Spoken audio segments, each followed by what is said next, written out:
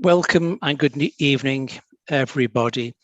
We are still a few councillors short, so I hope they'll be joining us soon, but that will happen when and if it happens. First of all, I'd like to remind you that this is a properly constituted meeting of the council, but it is informal in that members will discuss the items on the agenda and a vote will be taken on each item. These votes will be ratified at an in-person meeting of a quorum of councillors tomorrow afternoon. And this decision is obviously taken on the best of public health grounds in response to COVID rates in Norwich, but also the latest information that we have about new variants. When members vote for each of the items, can I ask that you use the virtual hand button so that counting is made easier, but also please raise your hand in front of the screen. The reason for this is a technical one, that YouTube will not register yellow hands. So it's to let anybody knowing, anybody watching know that there has been a vote taken, and if they so wish, to see how you have voted. Lord Mayor's announcements. The first announcement I want to make is, as you know, it's a very full agenda, lots of stuff to get through. So I'd like us to behave in as business-like a manner as we can. And I would really appreciate your help in this matter.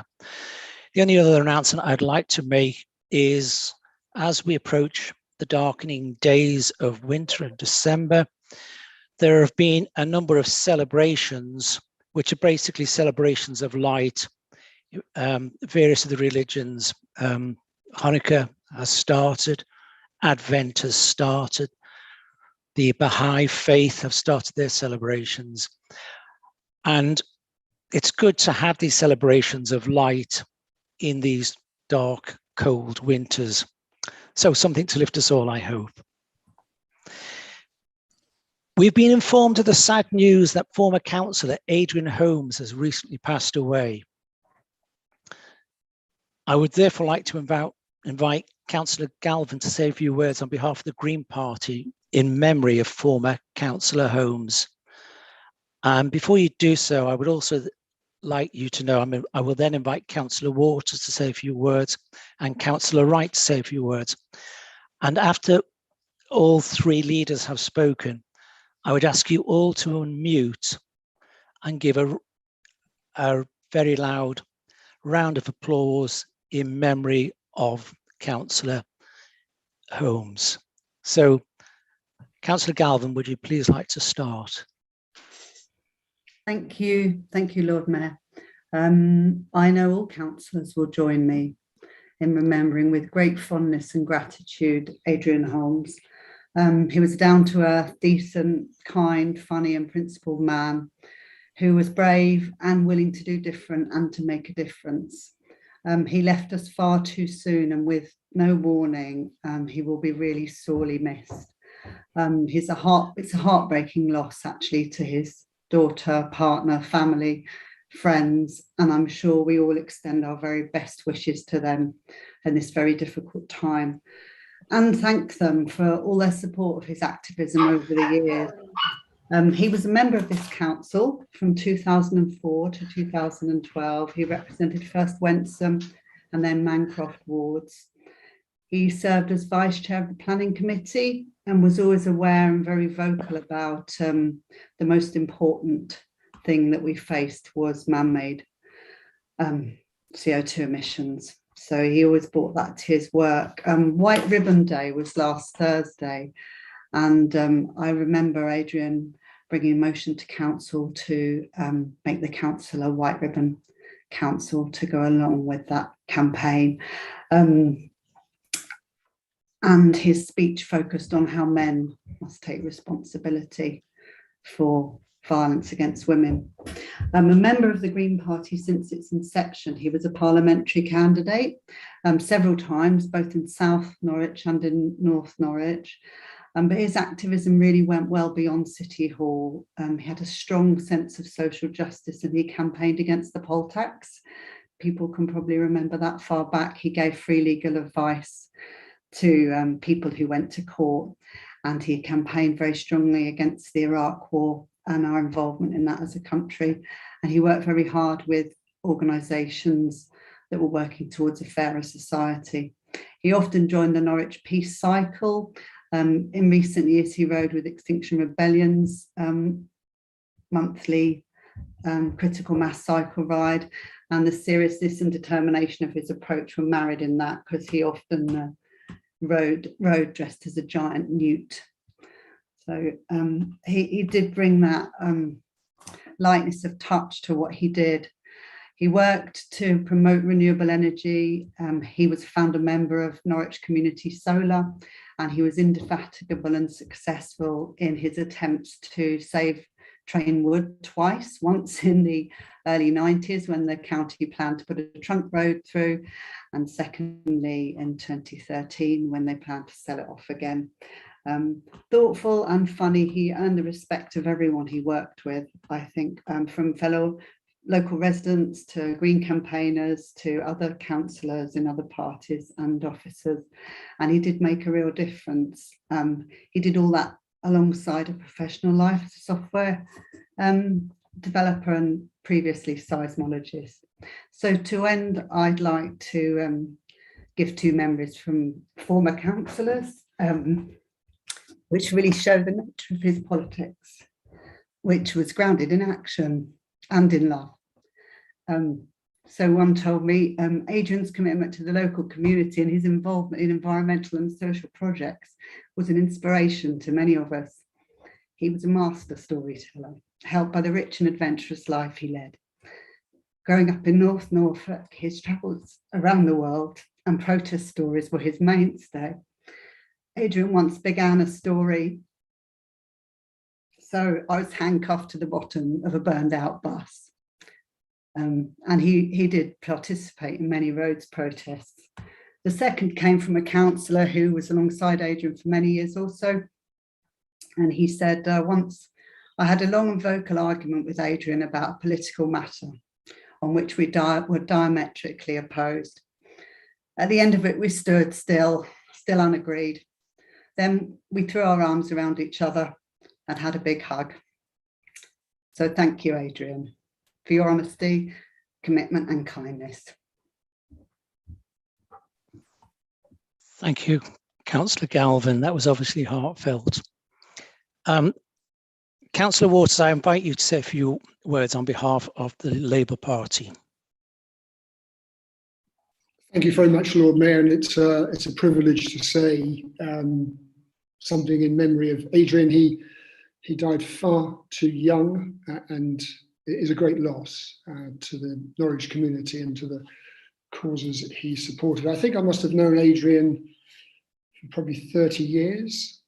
I knew him as a city councillor, but also I think our paths crossed when I chaired at Norwich 21, and I bumped into him on a reasonably regular basis. And I think what sticks in my mind about him is, he did the basics very well. He was a hard-working ward councillor, worked for all of his constituents, very conscientious. But I think what impresses me as I think about him now is a quiet and measured approach to politics. So, we live at a time where populism is rife, compelling arguments are abandoned for prejudice. And Adrian was the antithesis of that. He thought through his positions, he argued and discussed in a civilized way, but no one ever doubted his passion or his humane political values. And it's really very good that we get an opportunity collectively to remember him, celebrate his life and achievements, and he is an example to us all. Thank you, Councillor Waters. I now invite Councillor Wright to say a few words on behalf of the Liberal Democrats. Thank you, Lord Mayor, and thank you both to Councillor Galvin and Councillor Waters for their words about Adrian, which I would thoroughly like to associate myself with. Like so many others, I was deeply saddened and shocked actually when I saw the evening news article that talked about Adrian's passing. And whilst our time on the council, we didn't actually overlap that much. I knew him a little bit. I think it was during the 2015 general election when we were both parliamentary candidates in Norwich North. I came to know him better. We spent those hours touring the sort of various hustings and media appearances. I think for me, the standout thing was I always found Adrian to be a polite and thoughtful man. When he was passionate about the things the causes he was advocating, but he was never, ever anything other than truly respectful in debate. I think that was a sort of standout quality. Just such a pleasant person to be around. So I can't say more because I didn't know him hugely, but I can fully appreciate what a significant loss he is to all his friends and his family. And on behalf of the Lib Dem group, I would like to send our sincere condolences for those who love and care for him. Thank you. Thank you, Councillor Wright. I now ask for all councillors to unmute and give Adrian a resounding round of applause. Let's clap now.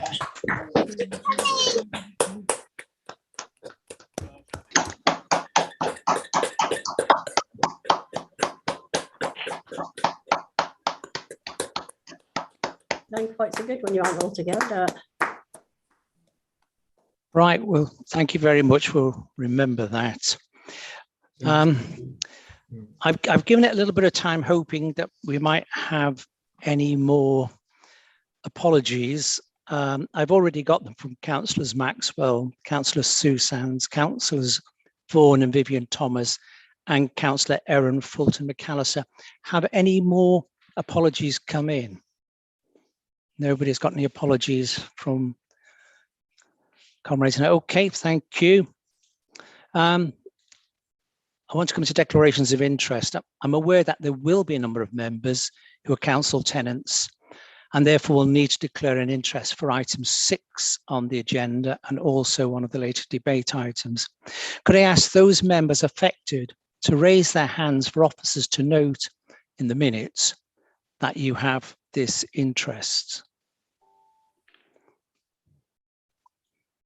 If you keep your hand raised to give officers time.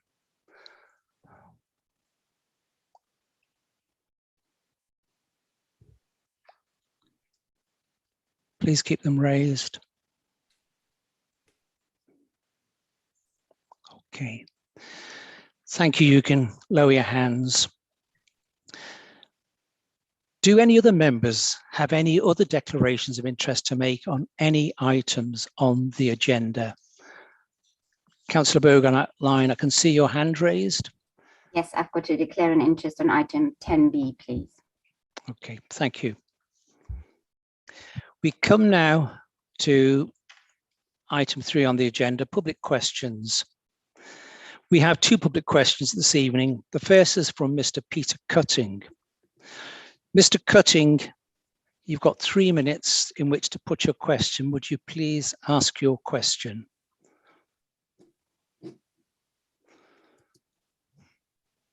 Item 10B, please. Okay, thank you. We come now to item 3 on the agenda, public questions. We have 2 public questions this evening. The first is from Mr. Peter Cutting. Mr. Cutting. Mr. Cutting, sorry to interrupt you.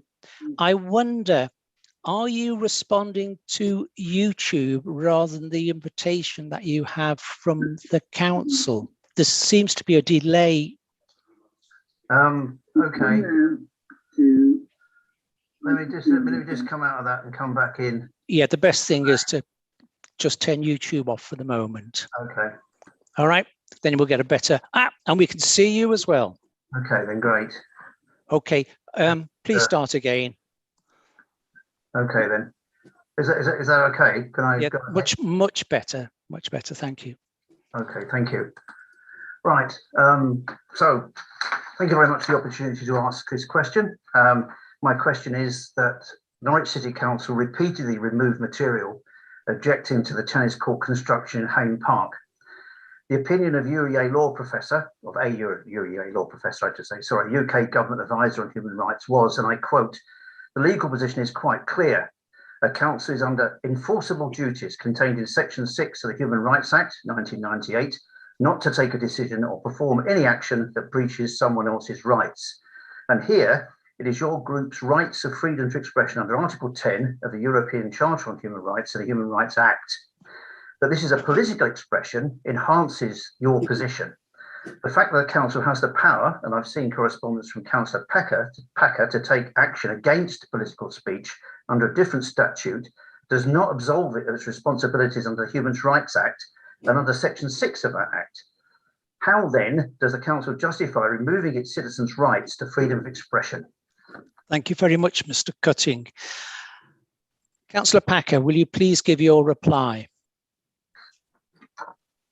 Thank you for your question, Mr. Cutting. The council supports residents' rights to freedom of expression, and our decisions in relation to the improvement of tennis facilities in Hayne Park have been debated on numerous occasions.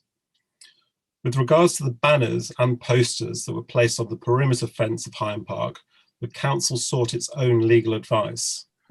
This was clear that the council had the right to remove those posters from its own property. Several weeks later, there's been no legal challenge to the actions taken. Therefore, I disagree with your assertion that the council has removed any rights of residents to freedom of expression. I can see little to be gained from debating the removal of posters any further, and it is simply false to suggest freedom of expression has been curtailed. I am, though, greatly looking forward to the opening of the new courts, which will provide accessible and affordable sports facilities for residents year-round. Thank you, Councillor Packer. Mr. Cutting, you're allowed one supplementary question and you've got a minute in which to ask the question. Do you have a supplementary question? I do. Please go ahead. Okay. So, Councillor Packer, is that the same line of argument that explains why I've not had any kind of response other than the automated confirmation of receipt of two formal complaints about the removal, which I submitted using the council website on the 19th of July and the 29th of August of this year? Thank you, Mr. Cutting. That was short and sweet and quite clear. Councillor Packer, would you like to respond? Absolutely. I think as your complaints went through the customer services system, then I need to speak with them and find out what happened with that, and I shall respond to you personally. Thank you, Councillor Packer. Now, the second question that we have this evening is Ms. Katie Ward. Ms. Katie Ward, would you please ask your question? You've got 3 minutes in which to do so. Oops. Ms. Ward, are you there? I am, yes. Ha. Right, you've got 3 minutes in which to ask your question. Please go ahead. Thank you. It is appreciated that the council is acting regarding the increasing incidence of spiking in the city. Whilst creating awareness surrounding the incidents is essential to deterrence, the increasingly violent and subversive means employed by those looking to assault women, most recently the use of injections, completely disempowers individuals from ensuring their own safety. Therefore, it is vital that increasing awareness is coupled with increasing action by the police. It is essential that where incidents occur, they are met with prosecution and conviction. The motion presented here states that the council are working closely with the police force to ensure that the hotspots in the city are monitored. But as a woman, I want to query whether the council will be closely monitoring the successful arrests and convictions for these violent acts against women to ensure that the police response is adequate and the perpetrators are removed from our city streets. Thank you. Thank you, Ms Ward. Councillor Jones, would you please give your reply? Thank you, Ms Ward, for your question. The increasing incidence in spiking is very worrying. The city must remain a safe, welcoming place for all to enjoy at any time of day or night. The council is working closely with Norfolk Constabulary and other nighttime economy stakeholders to tackle this issue. The Constabulary take the lead in investigating criminal matters, but where the council can support a police investigation, we will, to ensure a successful prosecution. If there are issues with the management of particular licensed premises, enforcement powers are available to the council and other responsible authorities. We would not hesitate to act if we believe this would assist in keeping women safe. Though close joint working on initiatives such as the Community Safety Partnership, we will do all we can to ensure women's safety at night continues to be monitored and supported, and support the Constabulary to address this very serious matter. Thank you, Councillor Jones. Ms Ward, you're allowed a supplementary question. Do you have a supplementary question? If you do, Yeah. You've got a minute to ask it. Thank you. Thank you for your response, Councillor Jones. But as I'm aware that your response is constrained by a word limit, I just wondered if there was anything further that you'd like to add. Thank you very much. I suppose that when we talk about prosecutions and convictions, we need to be clear there is only so much the police can achieve. It's in fact a question for the wider criminal justice system and ultimately the government. Although sadly it has become clear that this Tory government does not take violence against women seriously and failing women and girls on every front. The number of women homicide victims is at its highest level in 15 years, and rape prosecutions and convictions are record low.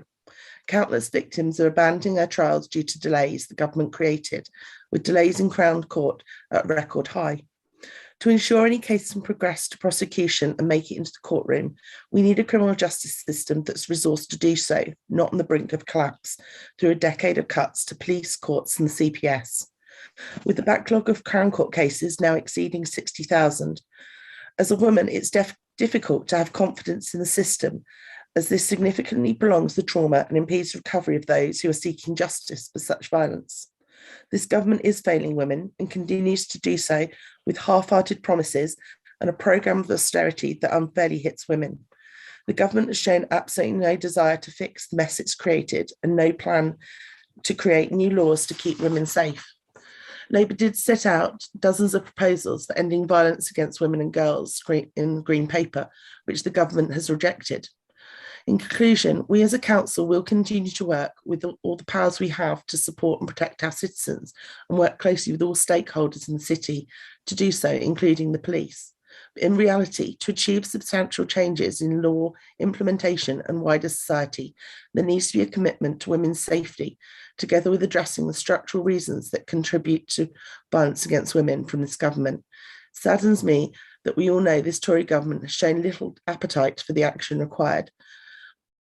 Lord Mayor, I'd like to thank Ms Ward for bringing such an important question and timely question to us this evening. Thank you, Councillor Jones.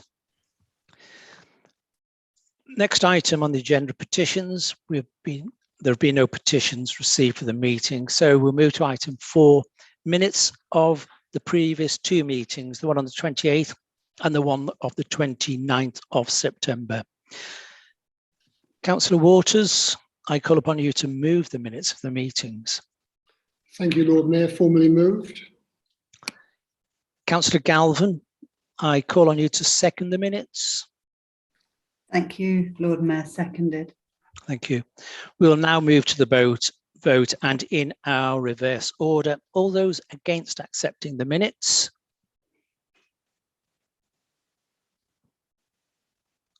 Okay. All those abstaining from this? No. All those in favour? Please remember, yellow hands and real hands.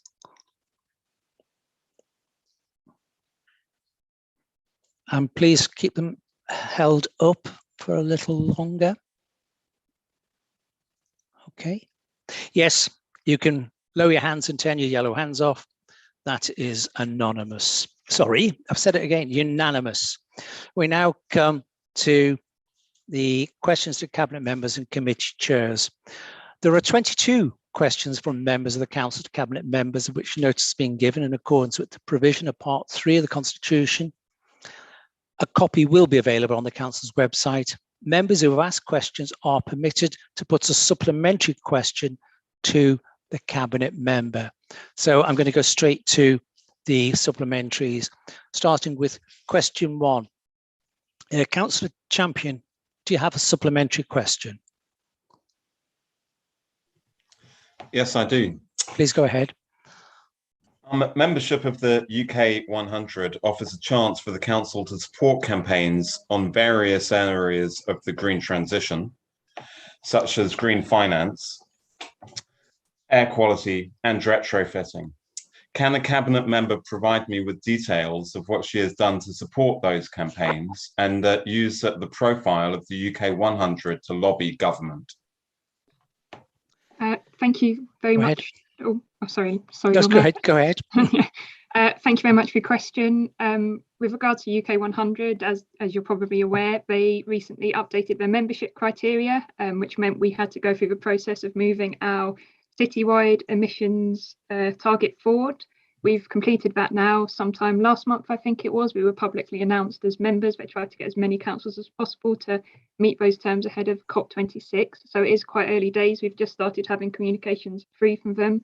And absolutely, I hope we can learn a lot from them and get on board with some of the campaigns. In a personal capacity, I've attended a UK 100 councillors workshop. And again, it was really interesting to hear what they can offer, what sort of things they can campaign on, and I'd absolutely hope we engage as fully as we can in what they're doing. Thank you, Councillor Hampton. So question 2 was from Councillor Price. Councillor Price, do you have a supplementary question? Yes, thank you, Lord Mayor.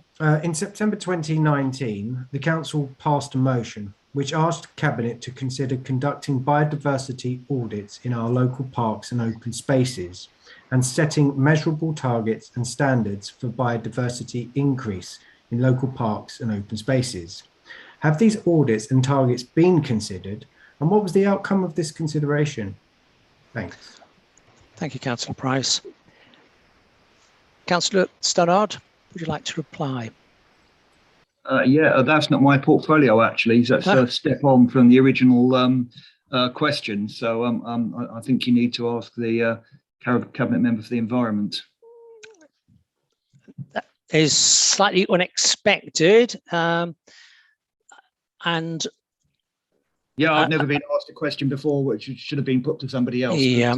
But, okay. I mean, I take your point. So I think you, Councillor Hampton, it's unexpected and unprepared. Would you like to make just a quick response? And I guess you'll have to make more information available afterwards. Please go ahead. And unless you can recap the question, might have to leave it at that between me and Mike. We'll get back to you.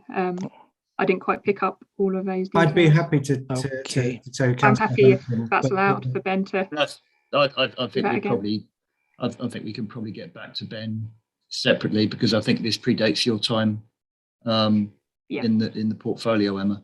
So we'll get back to you. Well, rather than people and ah, let's move on. You will get a full reply, Councillor Price. Councillor Galvin, you asked question 3. Do you have a supplementary question? I do, thank you. Please go ahead. Yeah, thank you, Councillor Hampton, for your answer. COP26, although it was disappointing in an outcome, it was a huge opportunity to communicate to the population at large and the magnitude of the challenge we face. And there was meant to be a plan for the City Council that we heard about in advance to use this, to capitalise on this. But actually there were just 6 tweets in the end from the City Council account during it. It seemed to stop halfway through. Can you explain what happened?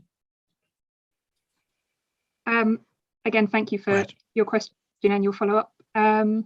So on Twitter, the output may have been more limited, but there were other press releases which did deal more with wider reaching issues and system change and other opportunities for us to get the message out there, especially politically in press and media, with some support on the council element of that. I completely agree about the importance of communicating and using opportunities like that.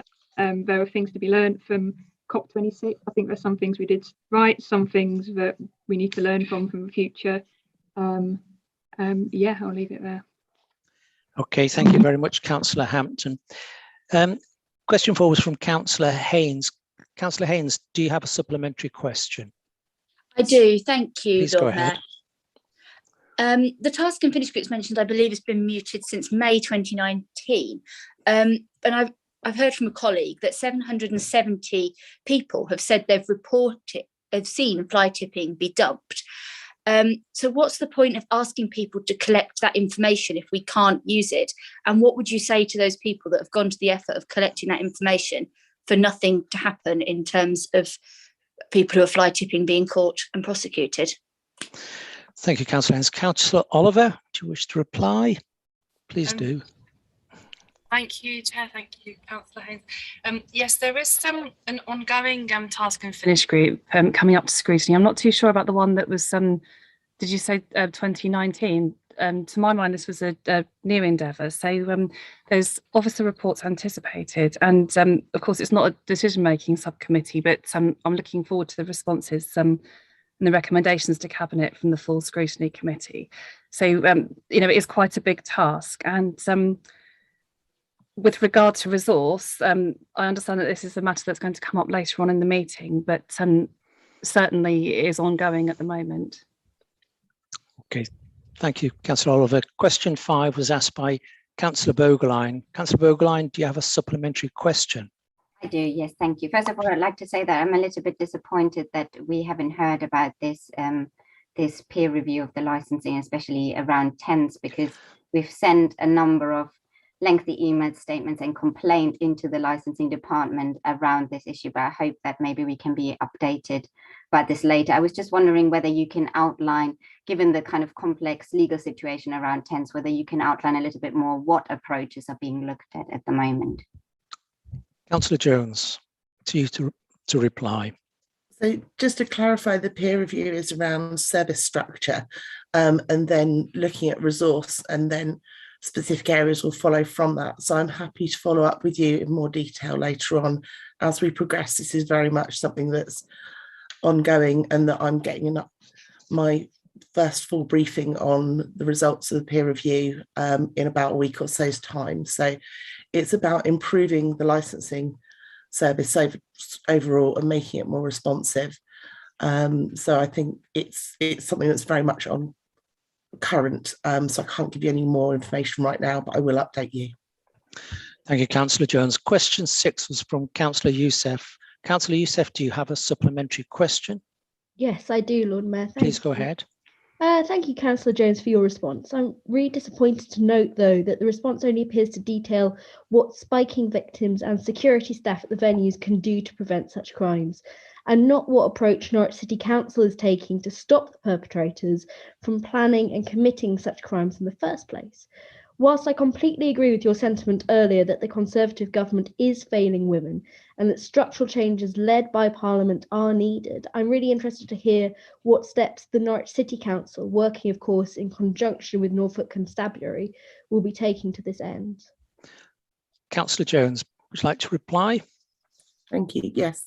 So in terms of stopping perpetrators, as a council, it's about us working in partnership with our stakeholders. I'm not quite sure in terms of direct action towards them, what you're asking for, but that we continue to work through things like the late night, with the late night venues, through licensing and through relevant forums, and working in partnership with the police. And it does need to be that multi-agency, multi-stakeholder approach to have an impact in the area. But it's something that's emerging and that is very recent, and we continue to look at ways that we can use what powers we've got. It's an ongoing process. Thank you, Councillor Jones. Question 7 was asked by Councillor Carlow. Councillor Carlow, do you have a supplementary? Yes, please, Lord Mayor. Please go ahead. Thank you very much. Yes, thank you, Councillor Hampton, for your reply. Related to the question and answer, I asked the City Council Pollution Officer whether most of Norwich built-up area would be designated an air quality management area if the World Health Organization guidelines recommending far lower levels for 6 air pollutants were applied, and the answer was yes. Yet the council is not intending to bid for government grant for air quality measures, as per the response to Councillor Osborne at the last council meeting. But my question to you is whether you agree that a general road traffic reduction strategy is needed across Greater Norwich and indeed across the whole of Norfolk to improve air quality and public health. Thank you. Thank you, Councillor Carlow. Councillor Hampton, would you like to reply? Yes, thank you. And thank you again for your question. It's clearly a really important issue. On the first half of what you were saying, happy to go away, talk to officers, look at the detail and the background behind that. With regards to the area-wide road policy, I think that's definitely got to be the aspiration. It's beyond the detail for me in my portfolio to say much more. I think that overlaps a lot with the transport half, but it's something I'm willing to find out more about. Thank you. Thank you, Councillor Hampton. Question was asked by Councillor Schmierer. Councillor Schmierer, do you have a supplementary question? Yes, I do. Thank you very Please much, go ahead. Lord Mayor, and thank you very much, Councillor Jones, for your response and for acknowledging, of course, that there is a fundamental inequity in the housing market in this country with, as I'm sure you're aware, poorer families and young adults being priced out of the housing market due to rising house prices, and because they are simply forced to pay increasingly high percentages of their income on rent. In fact, earlier this month, the property website Zoopla reported that rents are, and they quoted, rising at the fastest pace since 2008. And unfortunately, large conglomerates have been quick to capitalise on this. Goldman Sachs and Lloyds have both said they're looking to purchase new homes to the tune of hundreds of millions of pounds in Britain in the next few years, which will undoubtedly exacerbate this problem. So could you, as the Cabinet member, provide me with some more information about what Norwich City Council is doing to prevent local residents being priced out of buying their own properties in this city, caused in no small part by shifts in property investment patterns, which only seem set to benefit wealthy shareholders, please? Thank you, Councillor Schmierer. Councillor Jones, would you like to reply? Thank you, Councillor Schmierer, for your question. And yeah, totally agree that it's horrendous, the dramatic rises in private rents, but also in terms of house prices in general that are restricting our residents purchasing them. I'm going to have to get back to you with more detail on your question. Would you mind, I didn't jot it all down, sending it over to me by email? Would be greatly appreciated, and I'll get back to you. Yeah, of course I can. I will do that. Thank you. Question 9 was asked by Councillor Graham. Councillor Graham, do you have a supplementary question? Thank you, Lord Mayor. Yes, I do. Thank you, Councillor Oliver, for your reply. You refer to a review of the enforcement policy, which is dated 2018 and due for review in November 21. So hopefully quite imminent. It mentions dog fouling and fixed penalty notices for breaching the Public Places Protection Order. I'm wondering how and when the review will come together and strengthen the much needed sanctions against the very small minority of dog owners who give all dog owners a bad name. Thank you. Councillor Oliver, go ahead. Thank you, Chair. Thank you, Councillor Graham. I don't have a date as yet. I think, firstly, we need to be reminding people of their responsibilities. So signs need to be put in place first. And with regard to that particular area that you mentioned, the Green and St Leonard's Green, it was brought to my awareness by Thorpe Hamlet resident Cavan Stewart. So we've put that in as a request, and so hopefully that will be on its way. And with regard to a date for a review, I'll get back to you on that. Watch this space. Thank you. Thank you, Councillor Oliver. Question 10 was asked by Councillor Osborne. Councillor Osborne, do you have a supplementary question? Yes, thank you, Lord Mayor. Go ahead. Thanks for your response, Councillor Stonard. The motion that came to Council in June said that the Council would work with partners to try and phase out all forms of advertising, especially via outdoor media across the city that are potentially harmful to our communities. So it's not just limited to advertising outside schools, as your answer seems to suggest. The more broader point to my question was about the right of people to object or receive information about advertising hoardings that are going up or digital billboards. And we wanted to make sure that people are aware of that and have an easy route to submit their views, which doesn't seem to be the case at the moment. So I'm hoping that that review that was promised of the planning process will be committed to quickly. And I was wondering if you could give me a date for that. Thank you, Councillor Osborne. Councillor Stonard, have you got a date? No, I don't have a date for that. But hang on a minute. Sorry, I'm just. Oh, no, I don't have a date for that. But at the moment, clearly there are ways that the public can respond to consultations around, for example, brightly lit advertising hoardings. There is a mechanism to do that. But clearly, as part of the review, that will be taken into account in due course. Thank you, Councillor Stonard. Question 11 was asked by Councillor Peake. Councillor Peake, do you have a supplementary question? To thank Councillor Harris for a response, but no supplementary. Okay, thank you very much, Councillor Peake. Question 12 was asked by Councillor Button. Councillor Button, do you have a supplementary question? Thank you, Lord Mayor, and thank you, Councillor Packer, for the answer, and no supplementary. Thank you. Thank you. Question 13 from Councillor Mike Sands. Councillor Mike Sands, do you have a supplementary question? Councillor Sands? Go ahead. Yeah, no, I thank the leader for his response. I don't have a supplementary, but I dare say some points will come out when the motion is read a little bit later. Thank you very much. Question 14 was asked by Councillor Driver. Councillor Driver, do you have a supplementary question? Yes, Lord Mayor, thank you. Please go ahead. Thank Councillor Harris for a reply. And can I just congratulate the people who have put these into Lakenham in my ward. I've been invited to have a look on Thursday. Will the Cabinet member be joining us on this visit? Thank you very much. Councillor Harris? Thank you, Councillor Driver. Yes, I will be joining you. I visited the site on the 17th of November. The first two properties were in situ and the beginnings of the stairwell. While I was there, the stairway was delivered on the back of a lorry.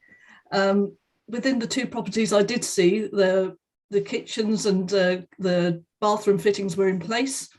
Walls were being painted, flooring was in. It looks really, really exciting. And I know people are going to be living in those properties before Christmas. So I can't wait to be with you on Thursday. Thank you very much. Question 15 was asked by Councillor Giles. Councillor Giles, do you have a supplementary question?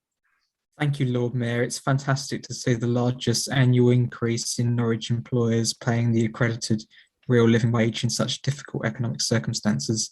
And my supplementary question for Councillor Waters was what value can be generated to the city and our residents from acquiring a living wage place designation, please?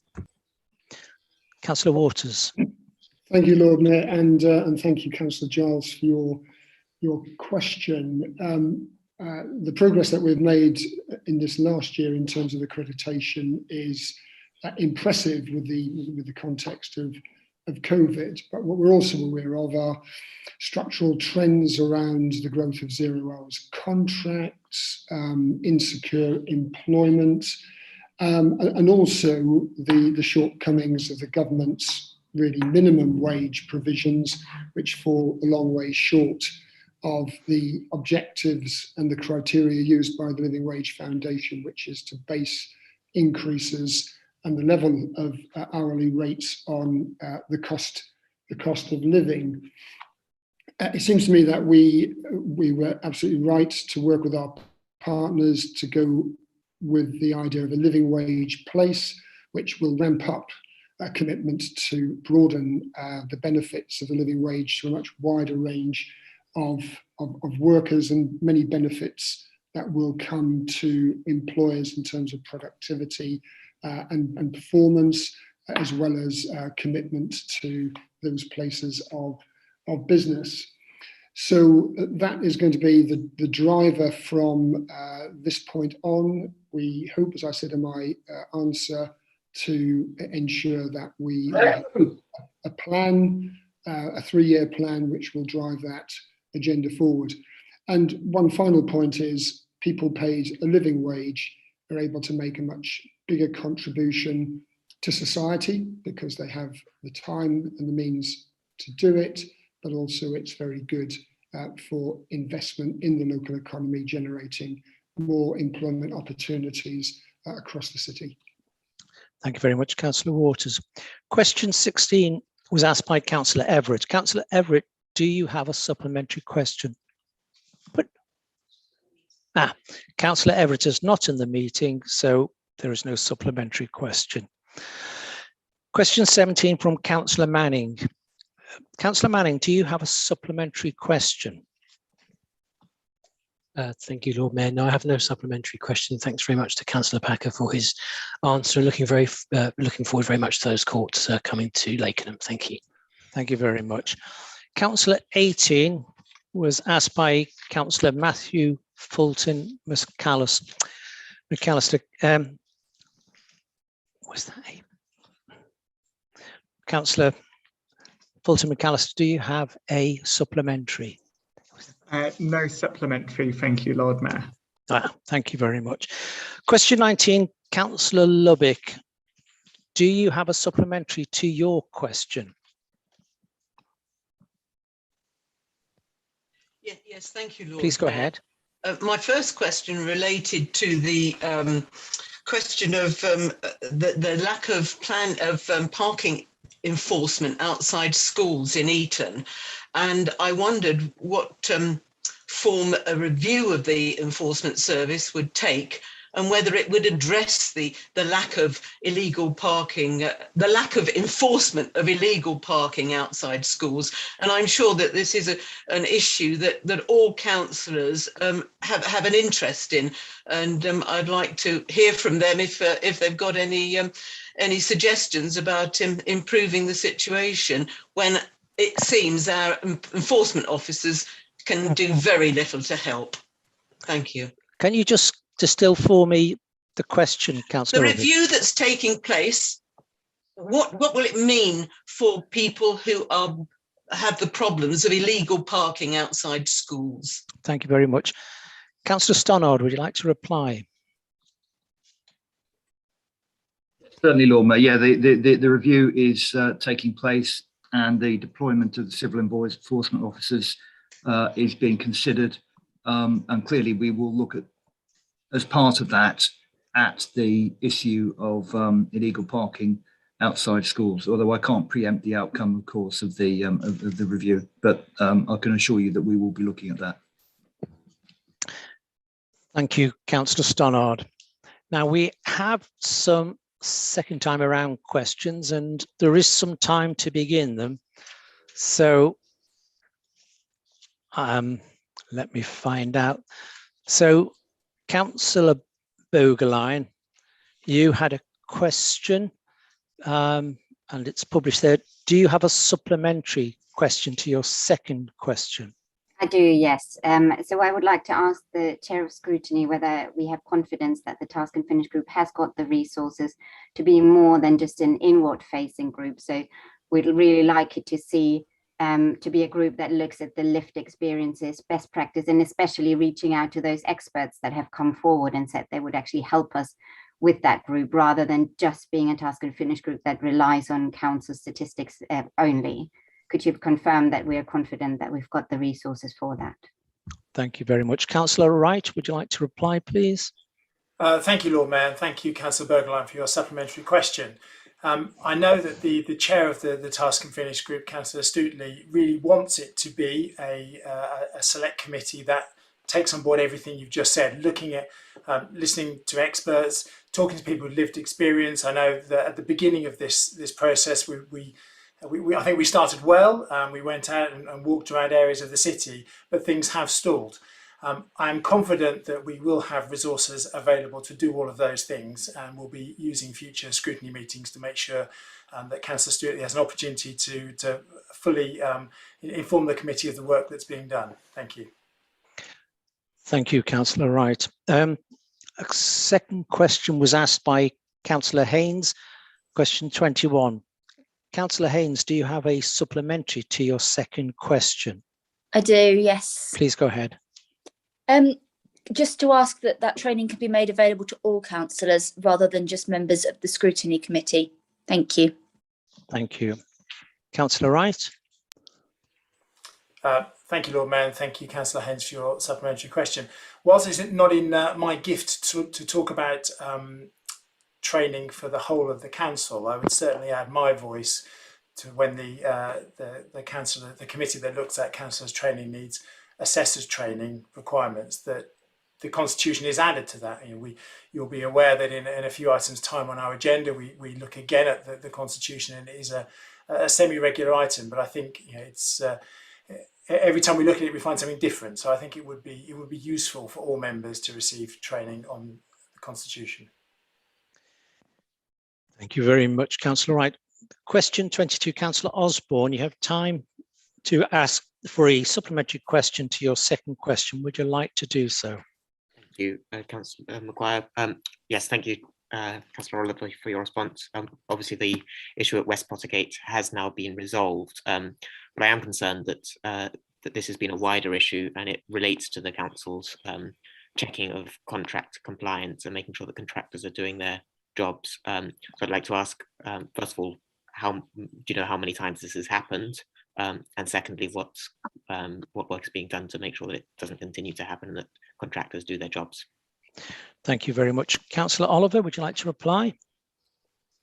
Thank you, Chair. Thank you, Councillor Osborne. I'd say that when things go wrong, we are appreciative of ward councillors' efforts to notify us and chase things up. I would say that's an unusual situation. Obviously, I'll be looking into that with officers to avoid future occurrences, but as mentioned in the response, that was due to a delay in getting bins from our supplier. So yes, not a frequent occurrence, thankfully. Thank you very much. Okay, questions are complete. Item 6, health, safety and compliance in council homes. This is a report put before you, and I'm calling upon Councillor Kendrick to move item 6. Please go ahead. Thank you, Lord Mayor. Can I first begin by reading paragraph 18? The Cabinet report of November the 12th set out the plans in place to return council homes to full compliance with the housing standards. This report is required as only the council has the authority to make the significant adjustments to the capital budget as set out in this report. This is why I am presenting this report. This is not an opportunity to go into the ins and outs and rights and wrongs of the wider issues. That was done at the Scrutiny Committee, which lasted 2.5 hours. Then it was dealt with by Cabinet, and I believe is also subject to a further motion to this council.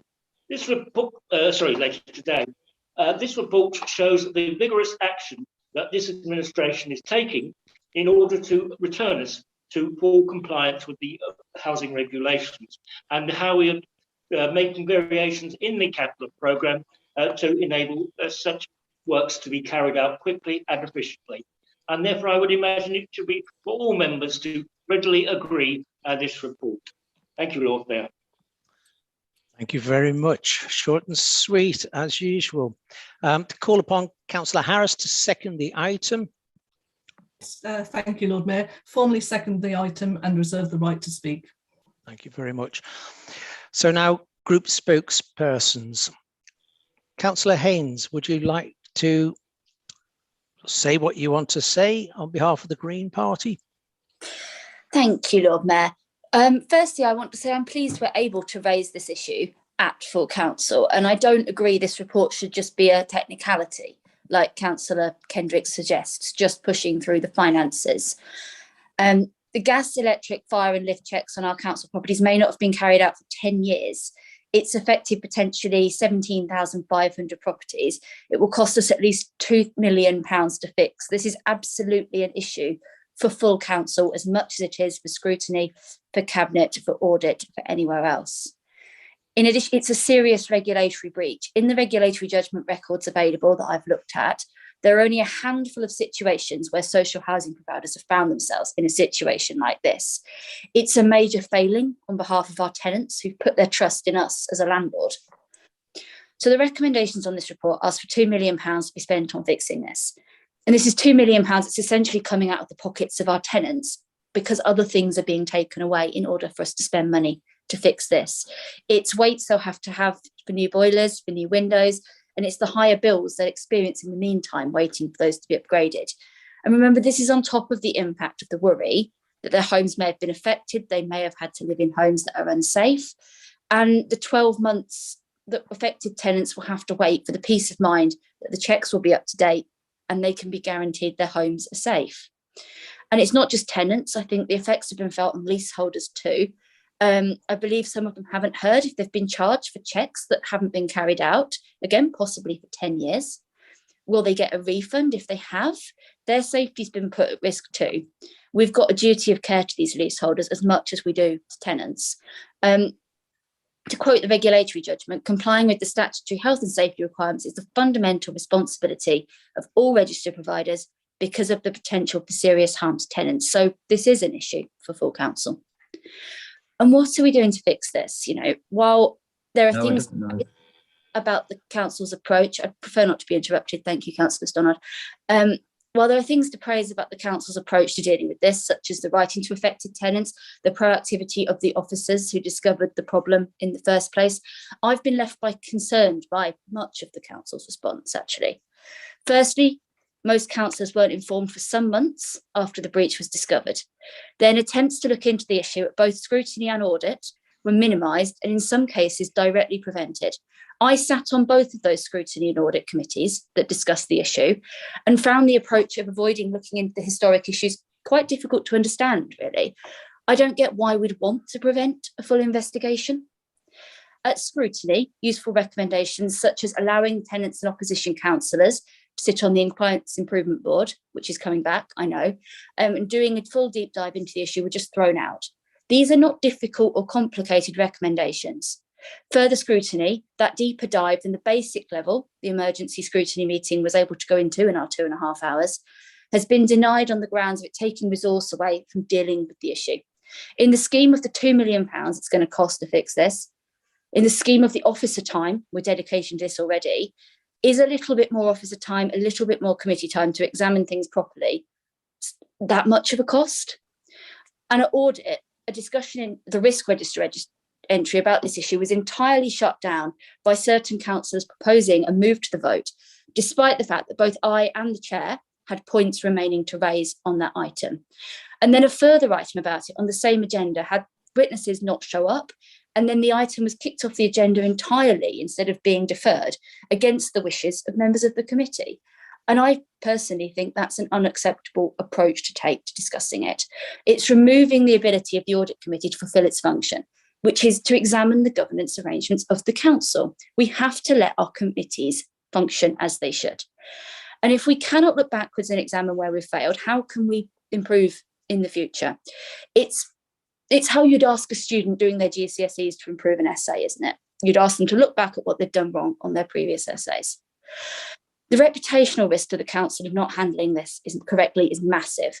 I've been left angry and frustrated by this approach. Tenants have been left angry and frustrated by this approach that's just kicking the issue into the long grass, avoiding the problem of trying to pretend it's all just going to be fine.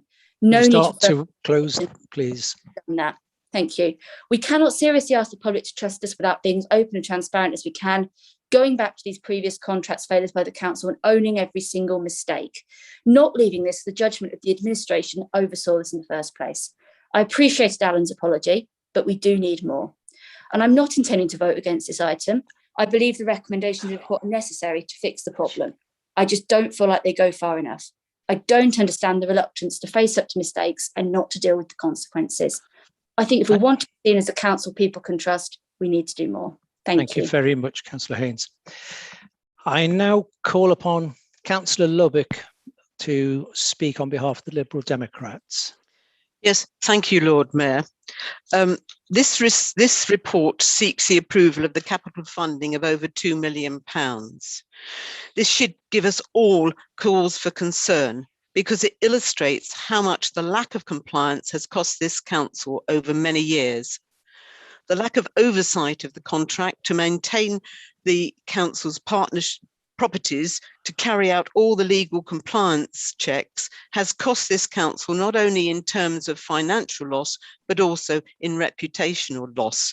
And I do very much agree with Councillor Haynes on her point about further investigation, because it is only by fully looking at what went wrong that you can put it right.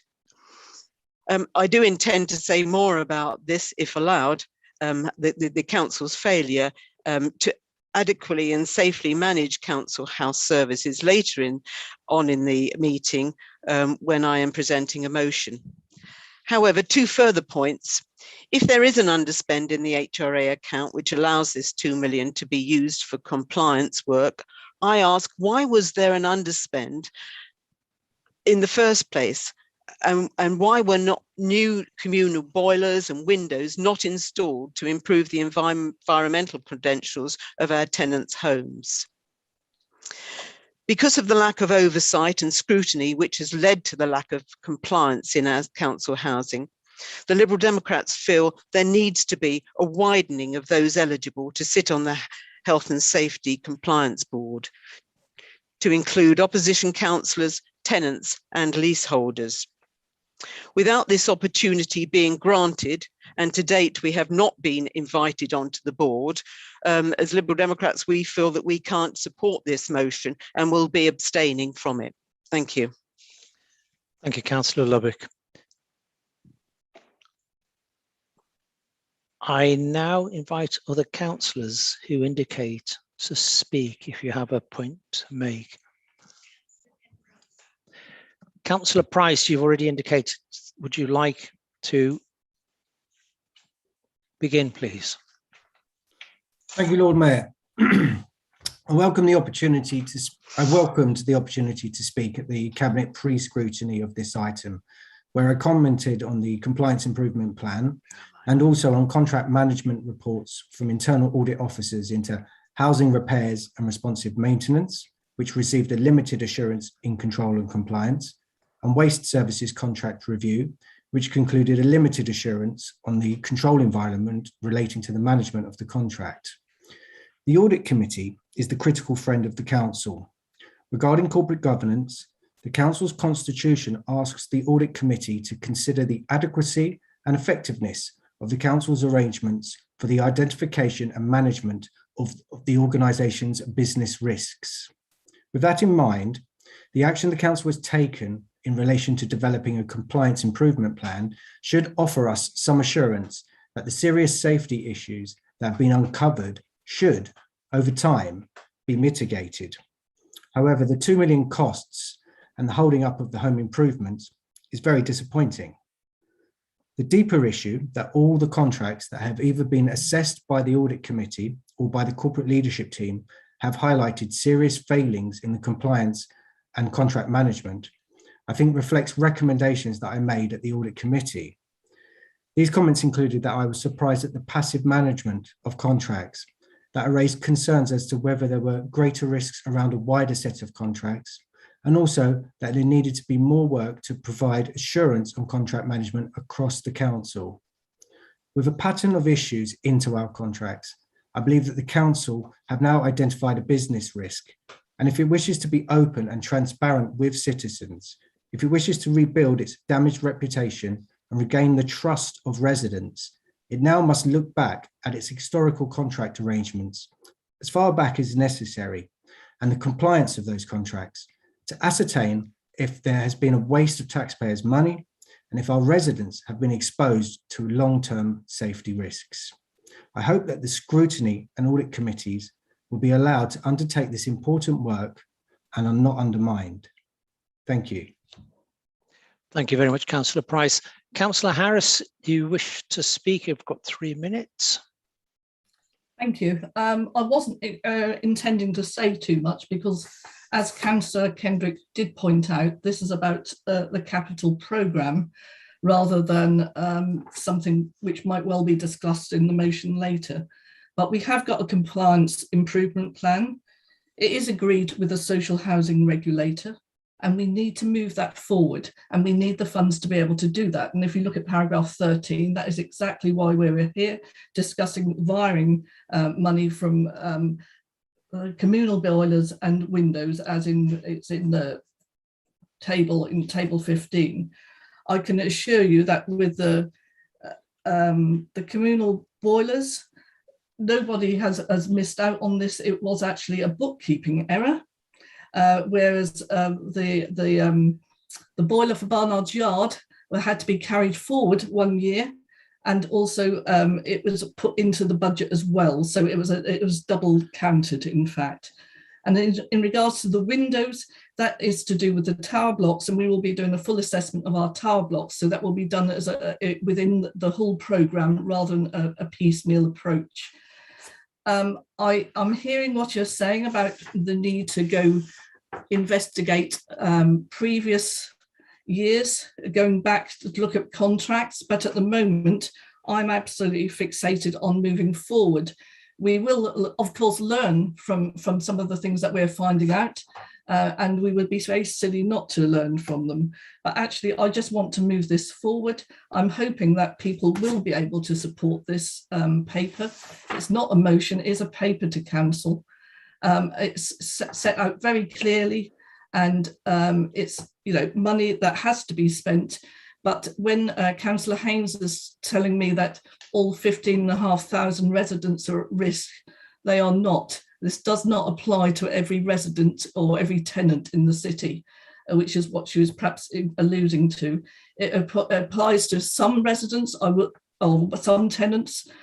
We've written to tenants. We know which tenants we need to work with, and we will progress that. But I'm just disappointed that we're actually talking more about the motion of later rather than the paper that is in front of us. Thank you, Councillor Harris. I was noting that, and I must say, as chair, I thought it was important to give people a chance at this point to have their say. Councillor Galvin, I'm going to ask you to speak in a moment. And at this point, I'd also like to say, please think before anyone else speaks, is it something that would be better raised? Because this actual motion is to approve or not to approve a capital programme. Councillor Galvin, please go ahead. Thank you very much, Lord Mayor. I'm interested to hear about bookkeeping error for that amount of money, and I think it proves very much the point of what I'm about to say. It's the council's own words on the scrutiny topic form say good governance and scrutiny helps reduce risk, increase resilience, improve decision making, and deliver value for money. And I'm a member of the Scrutiny Committee. I take that responsibility really seriously. I take being elected really seriously. And so as a result, I put in a scrutiny topic form asking to look and give scrutiny to this very important topic, which all my scrutiny training I've ever done tells me that this should come before scrutiny. It's absolutely fine that it did come, had a pre-scrutiny before Cabinet, and that was very good to do that. But I really do think this council needs to take this issue much more seriously, look at the items we haven't looked at on the scrutiny topic form, really find out what went wrong, actually look at previous internal reviews and their outcomes, how the issue managed to develop without being rectified, the process of contracts monitoring and how it affected the situation, and implications for other contracts held. So these are really, really important issues because they affect plans for any legacy issues, how we deal with that in the future, including refunds due to leaseholders. Basically, scrutiny needs to be able to do its job here, and I really didn't appreciate the way scrutiny was handled. It's an area of urgent and important focus for the council at this time. Scrutiny would actually give residents a chance to participate and ask questions. Councillor Galvin, can I just steer you more to your original points rather than, please go ahead. So, well, I think I've made the point I want to make, which is that this item, much as I appreciate the fact that this has been dealt with now, although I'm slightly concerned about the bookkeeping errors, it really does need putting forward here that we need to examine this properly. Thank you very much.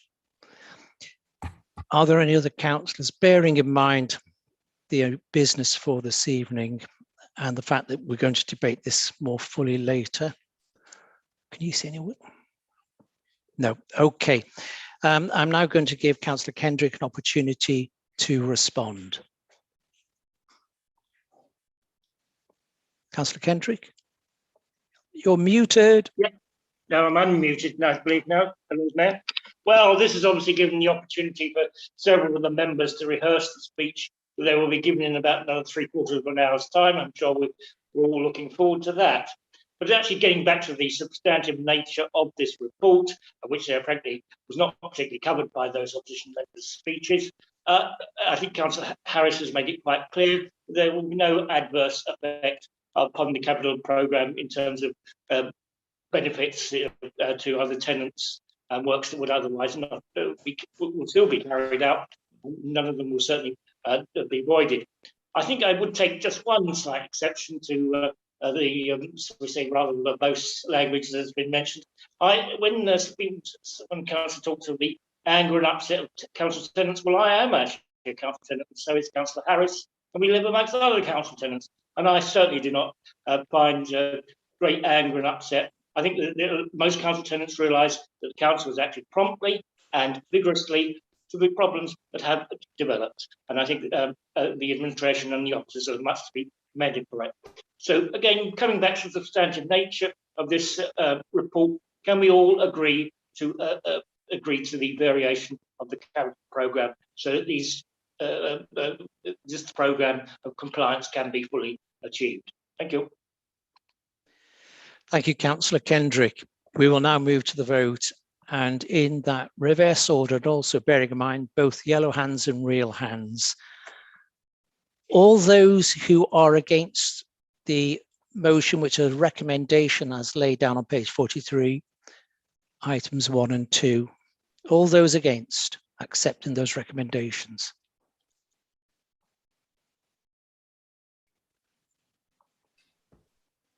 No. Okay. All those who wish to abstain, please show by both hand and yellow hand.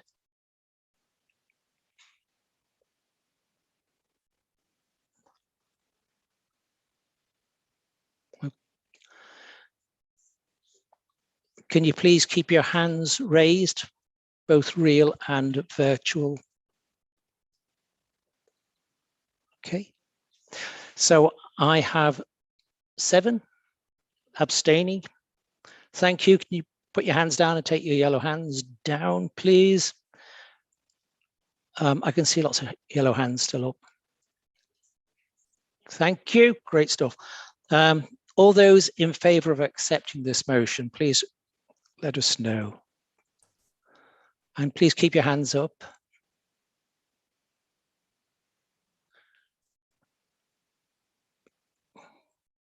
Please raise your hand. Not everyone is raising their hand who has the yellow hand up.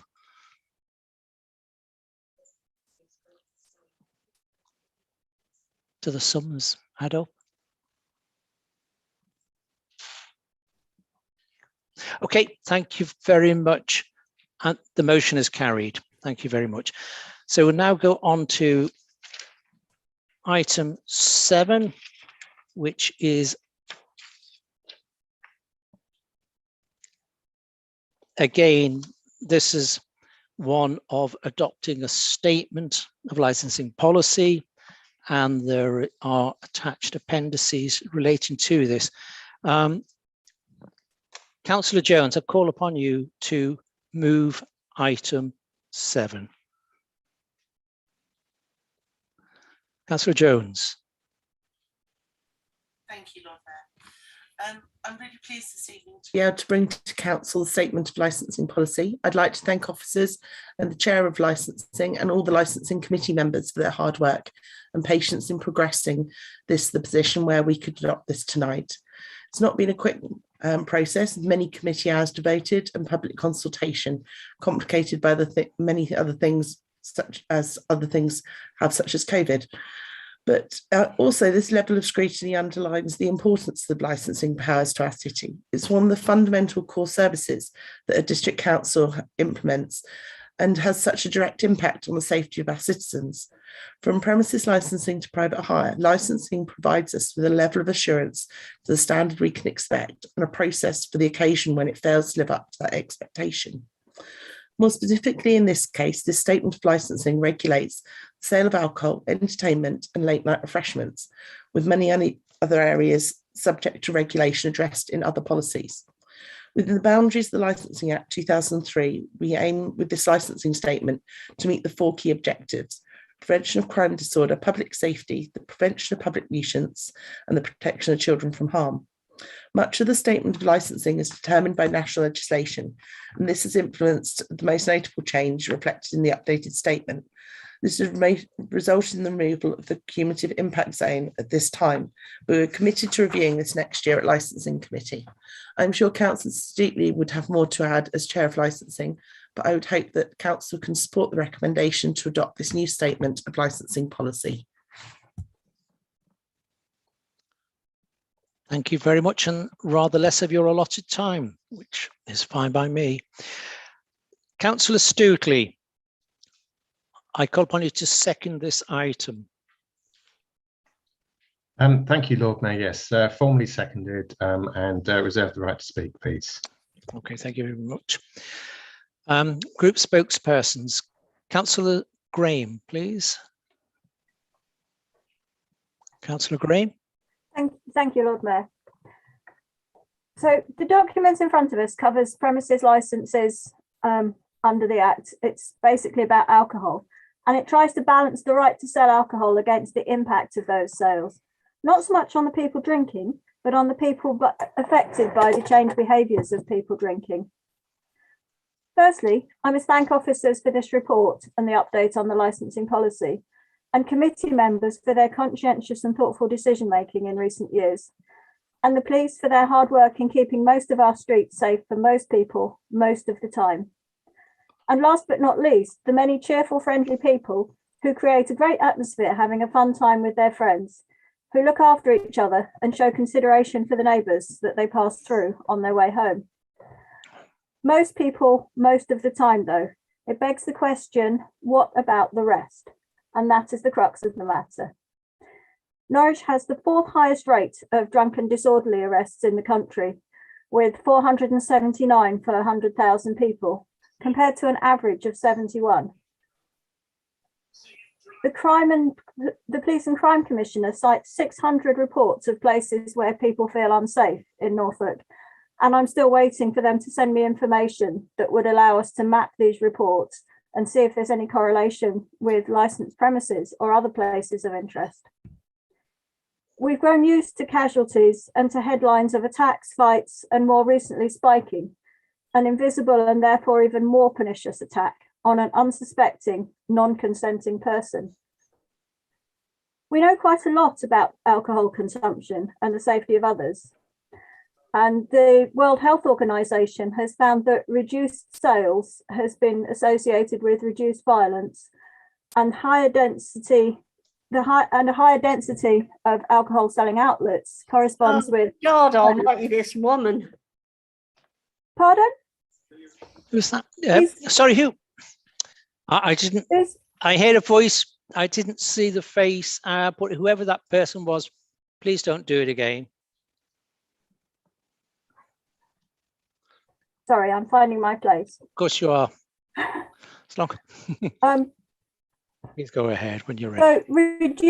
So reduced hours and number of alcohol outlets has been associated with reduced violence. These facts are known, but the way they interact is less clear.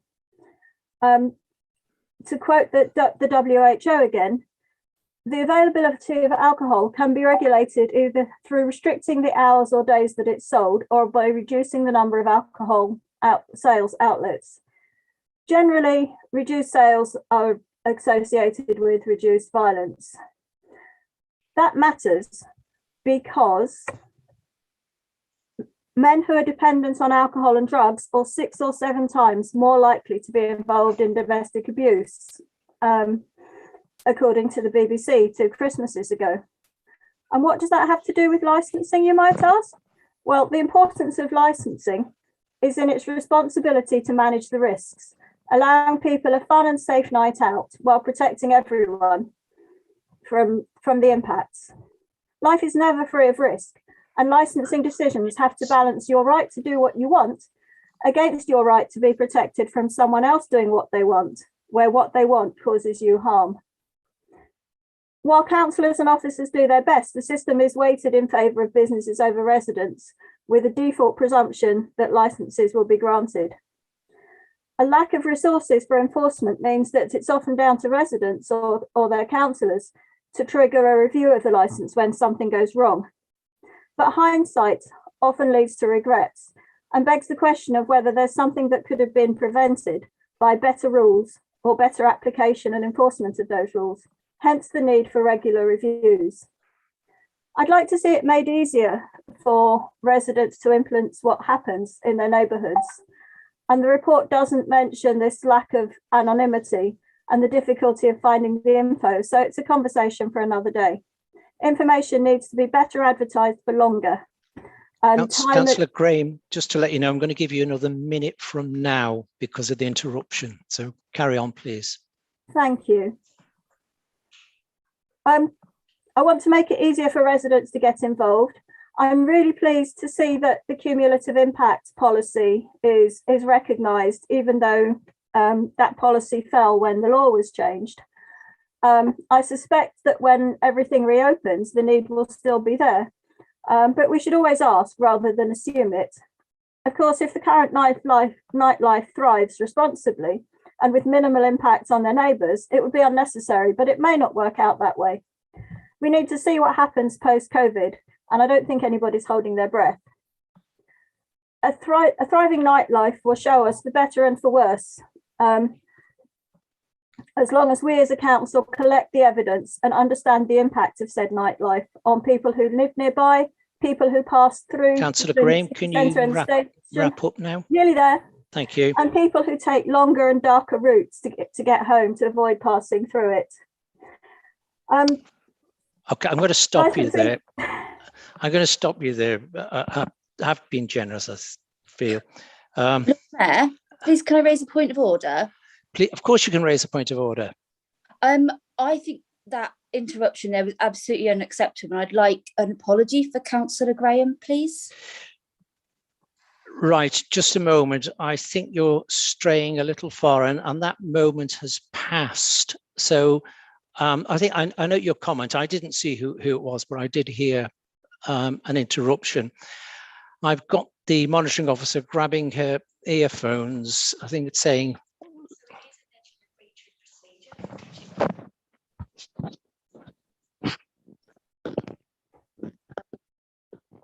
Obviously, if any councillor feels they were caused an event, they could be asked to apologise, but not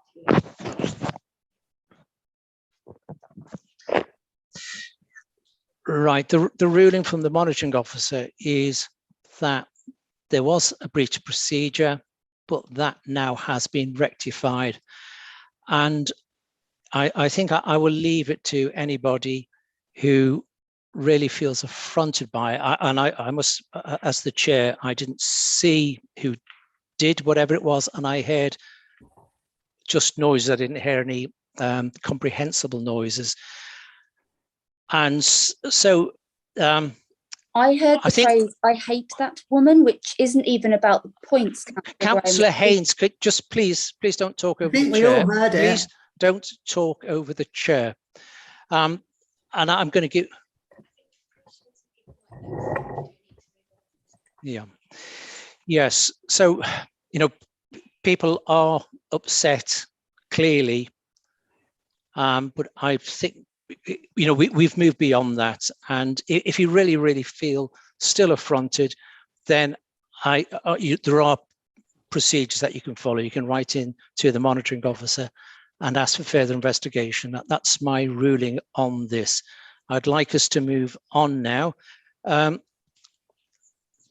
So, Councillor Wright, would you like to speak on behalf of the Liberal Democrat Party? Thank you, Lord Mayor. Given the hour and given where we are in the agenda, I won't actually add anything to what we've already heard, other than to thank the Licensing Committee for the work they've done in getting this report to us today. Thank you. Thank you very much. Very short and sweet. Other councillors who wish to indicate, I can see 3, and I'll just take them in the order of seeing them, and I do apologise if I haven't taken in chronological order. Councillor Osborne, would you like to say whatever you want to say? Sorry, Chair, I know you've said that we're moving on, but I just wanted to clarify on what was said, because it sounded like it was a bit of an insult, and I think it deserves an apology. You're wondering what was said? Well, let's leave it there. We need to clarify what was said and whether let's leave it there, Councillor Osborne. I've ruled, and that's an end of it. Do you wish to speak on this? Not on the item. No, thank you very much. Which other councillors wish to speak on this item? So, Councillor Galvin, you were the next person I saw with a hand raised. So please go ahead to speak on this item. I think there was some hateful speech uttered in this chamber, and I'm not happy to be silenced on it. Okay, well, you can be as happy or as unhappy as you like. I've given you options, but I've ruled and we're moving on.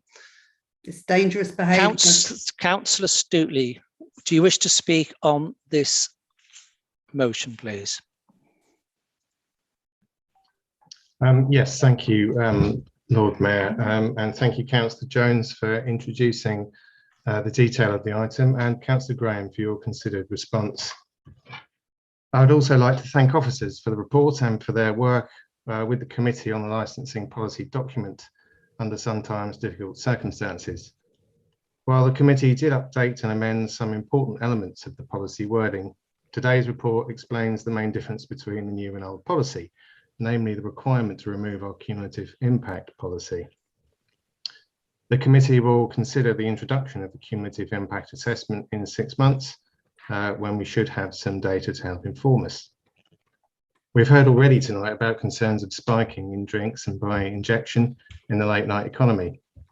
As the committee chair and father of a 19-year-old woman who works part-time in a city pub, I share those concerns.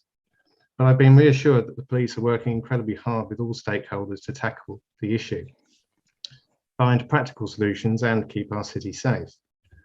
Licensees have approached police licensing officers for help and advice, and there are a number of initiatives in place and ongoing. We can and will work with and learn from other licensing authorities. I thank Ms Ward and Councillor Youssef for your questions. My colleagues will present a motion on this issue later in the evening, and I urge everyone to support it. All of us in Labour Group, and I'm sure across the council, feel passionately about the issue. I want us to work with all stakeholders to create an environment where such abhorrent behaviour is eliminated, and further, where there is zero tolerance approach in our city to harassment and discrimination of any kind, and that all of our citizens can get home safely. We may, if appropriate, amend and introduce new measures to strengthen the policy in this area at any time, and that is something we will also consider in 6 months. I will reiterate that the authority has enforcement powers, and as we experienced when licence holders failed to protect the public during the pandemic, the ultimate sanction of revocation may be deployed. Please remember, members of the public and of this council may call for a review of any premises where there is evidence that one or more of the 4 licensing objectives is compromised. Please do. Councillor Graham's indicated that there are such circumstances in her ward. However, in Can you begin to wrap up, Councillor Stuart? Yes, I can. However, in 2.5 years I've chaired the committee, we haven't reviewed any licences in this area via that route. If you have any evidence, please bring it to the attention of officers. Finally, I would like to thank all members of the committee for their contribution to this policy, committee hearings and licensing subcommittee hearings.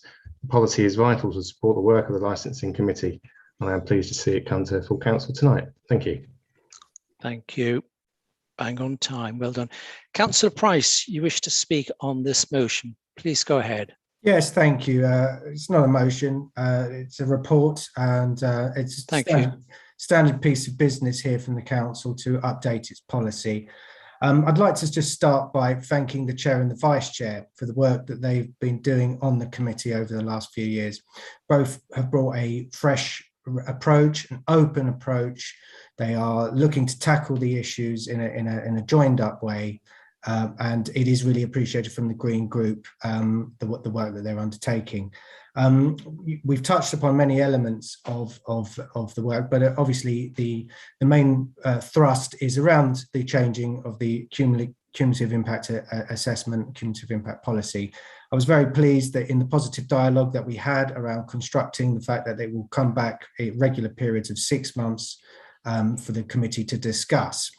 And as everyone knows, it reported widely in the press that there's been a number of high-profile incidences, including stabbings, in the recent time. So I do think that the committee should undertake that work at the earliest opportunity. I have written to officers, including the chair of the committee, regarding that we should be getting that report potentially in January, after we've had a sustained period of the market being open again, including the Christmas and New Year's period of time. And I think it would only be right that the committee try to work towards reviewing that in January. What I would add to the situation is that tonight what we have experienced is a very, very disappointing action by a councillor, which has been recorded and watched back. The Lord Mayor has made his judgment, but what I would like to say to the Lord Mayor... Thank you, Councillor Price. What I would like to say to the Lord Mayor is that you are not reflecting well on the council. Anybody who wishes to make a point can write to the monitoring officer. Now, thank you very much, Councillor Price. You are shutting down debate, and you are shutting down transparency of the council. I like this person. And this is very, very disappointing in you. Very disappointed in your actions, Lord Mayor. You need to adjust your behaviour, and you need to accept that people have different views.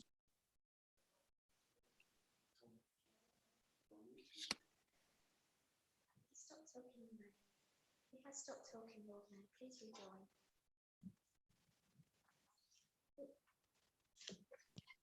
The Lord Mayor's just having a technical issue, and I'm sure we'll be back with us in a moment. Sorry, that wasn't a technical issue. The Lord Mayor just shut his laptop to try and shut out Councillor Price. Osborne, please just hold on a moment. I'm sure the Lord Mayor will be with us any moment. Please can you rejoin the meeting, Lord Mayor?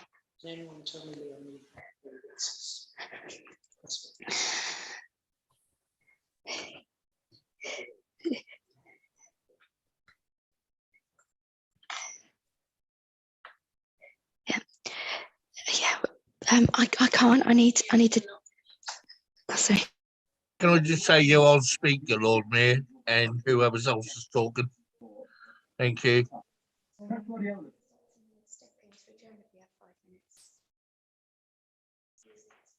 So just to confirm, the Lord Mayor genuinely does have a technical issue, as you may see, with the officers trying to assist him. So if you could please just bear with us a moment. It is the little switch at the top that perhaps got switched across for the time when he shut it. It's a password issue, I think. Okay.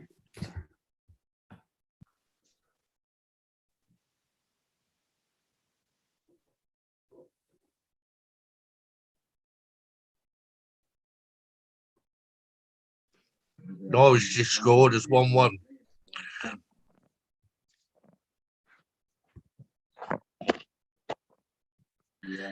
Come on, Timu.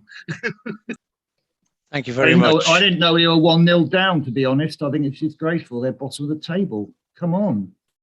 and they had one sent off after 9 minutes. Thank you very much. We are back online. The Licensing Act, the last speaker was Councillor Price. Does anybody else wish to speak on this, the motion of recommendation or not of this report?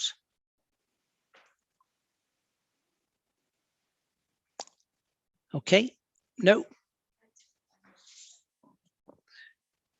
Councillor Jones, would you like to respond? Thank you, Lord Mayor, and thank you for all the comments about the report. In particular, I would really appreciate if Councillor Graham would mind passing on those figures she mentioned earlier on her speech. That would be very helpful. Yeah, just I hope that everyone could support this. It's piece of business that we need to move forward with, but also keen to support what Councillor Stuteley has said in terms of us exploring ways we can use licensing more proactively in the city and that build on the good work that's already been done. Thank you very much, Councillor Jones. We'll now move to the vote. All those who are against accepting this report, please raise your virtual and your actual hand.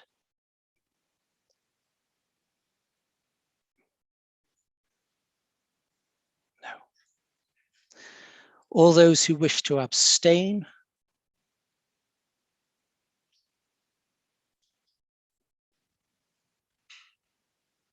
No. All those who wish to vote in favour of accepting this report.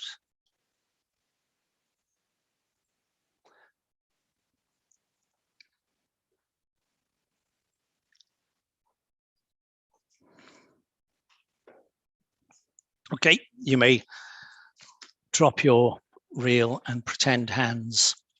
We come to item 8 on the agenda regarding polling districts and the review thereof.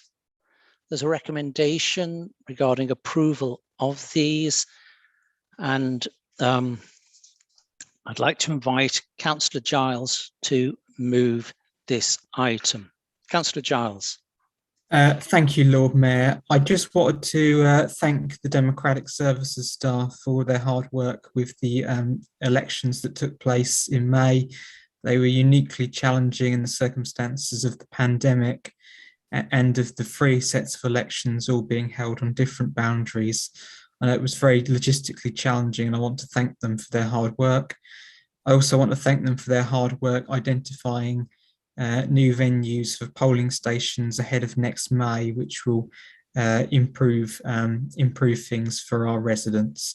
But people will be pleased to know that I won't talk you through the exact polling district changes and polling station changes, so I'll formally move the report. Thank you very much, Councillor Giles. Councillor Kendrick, would you like to second the item, please? Thank you, Lord Mayor. Formally second, reserve the right to reply. Thank you very much. Councillor Champion, would you like to speak on behalf of the Green Party? Yes, thank you very much. I'd like to thank you very much for the work that officers have done in terms of putting this draft together. I'd like to thank the committee for agreeing to these recommendations, which we are very happy to support. In particular, we're impressed with the move away from the traditional venues such as community centres and sheltered housing to shopping centres, pubs and other venues which residents are more likely to visit anyway. This is a welcome development and should hopefully increase turnout.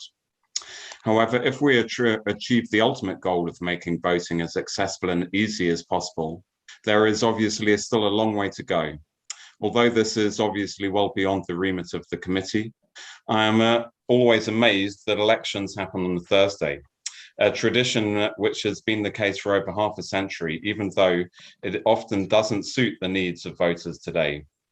The continued use of local polling stations for one particular day, as opposed to polling stations in places where people are likely to congregate, such as trains or bus stations, is something which nationally could be implemented. Similarly, the lack of option to vote online is something that is desperately needed to be remedied if voting practices enter the 21st century. It seems that this government is taking a step backwards with the introduction of voting ID checks, even though there seems to be no evidence that this is required. Finally, we desperately need to introduce a fairer voting system that our residents genuinely feel that their votes matter and aren't consigned to simply voting for the least bad option. As I said, all these points are clearly beyond the remit of the committee, but need to be reiterated as it is our duty to enhance our democracy and participation in it. Returning to the document we have before us, I do feel that the proposals we have before us today are entirely sensible, and I look forward to voting for them. Thank you. Thank you very much, Councillor Champion. Councillor Wright, would you like to speak on behalf of the Liberal Democrats? Yes, thank you, Lord Mayor. I'd also like to begin by thanking officers for the work, both of the various elections that were held earlier in the year, and also we're putting together the document before us today. Some of the polling arrangements will certainly present a challenge, I think, given the complexity of some of the polling districts in some wards, but I won't discuss those at length. I would just want to pick up one comment that I wasn't going to make. Councillor Champion has spoken about how right it is, and I agree with this, that the council looks for other venues other than the traditional venue, and I think this thinking outside the box is good. I have a concern, I think, if too many polling stations are moved to pubs. There are people for various reasons who do not wish to go inside a pub, and I would not want a licensed premise to be something that was off-putting when it comes to assisting with voter turnout. Thank you. Thank you very much, Councillor Wright. Do any other members wish to speak on this item? No. No, okay, we will move to the vote. All those who are against yes, Councillor Giles, do you wish to respond? Thank Councillor Champion and Councillor Wright for their points. On Councillor Wright's point, there's just the one pub, I believe, in the city that's being used to the polling station. I think alternatives were sought extensively, and it wasn't feasible in that polling district to find an alternative. But I'm sure the Labour group would like to echo many of the points that Councillor Champion made, but obviously outside the scope of this review. Thanks. Thank you very much. Now we'll move to a vote. All those who wish to vote against accepting this item, please show.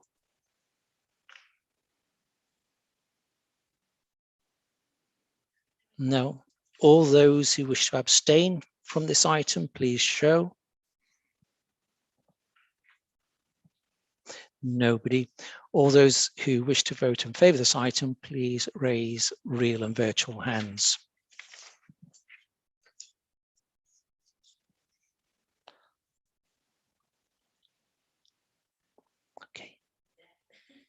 Okay, you can drop them now. Thank you very much. That is, of course, unanimous. We're coming to item 9, which is on constitutional amendments. And we're going to have some.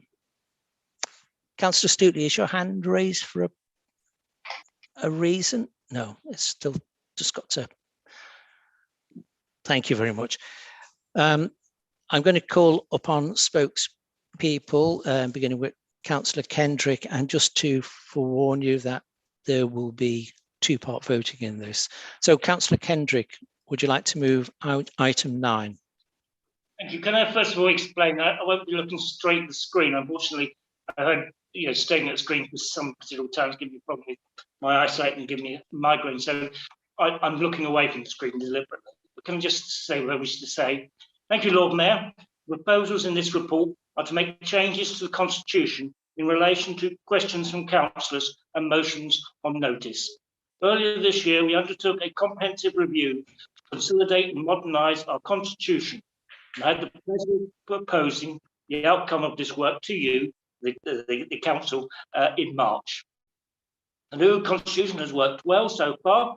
However, within the Constitutional Working Party, which is an all-party group, we are always receptive to ideas members feed into us so that we can further develop and strengthen our practices.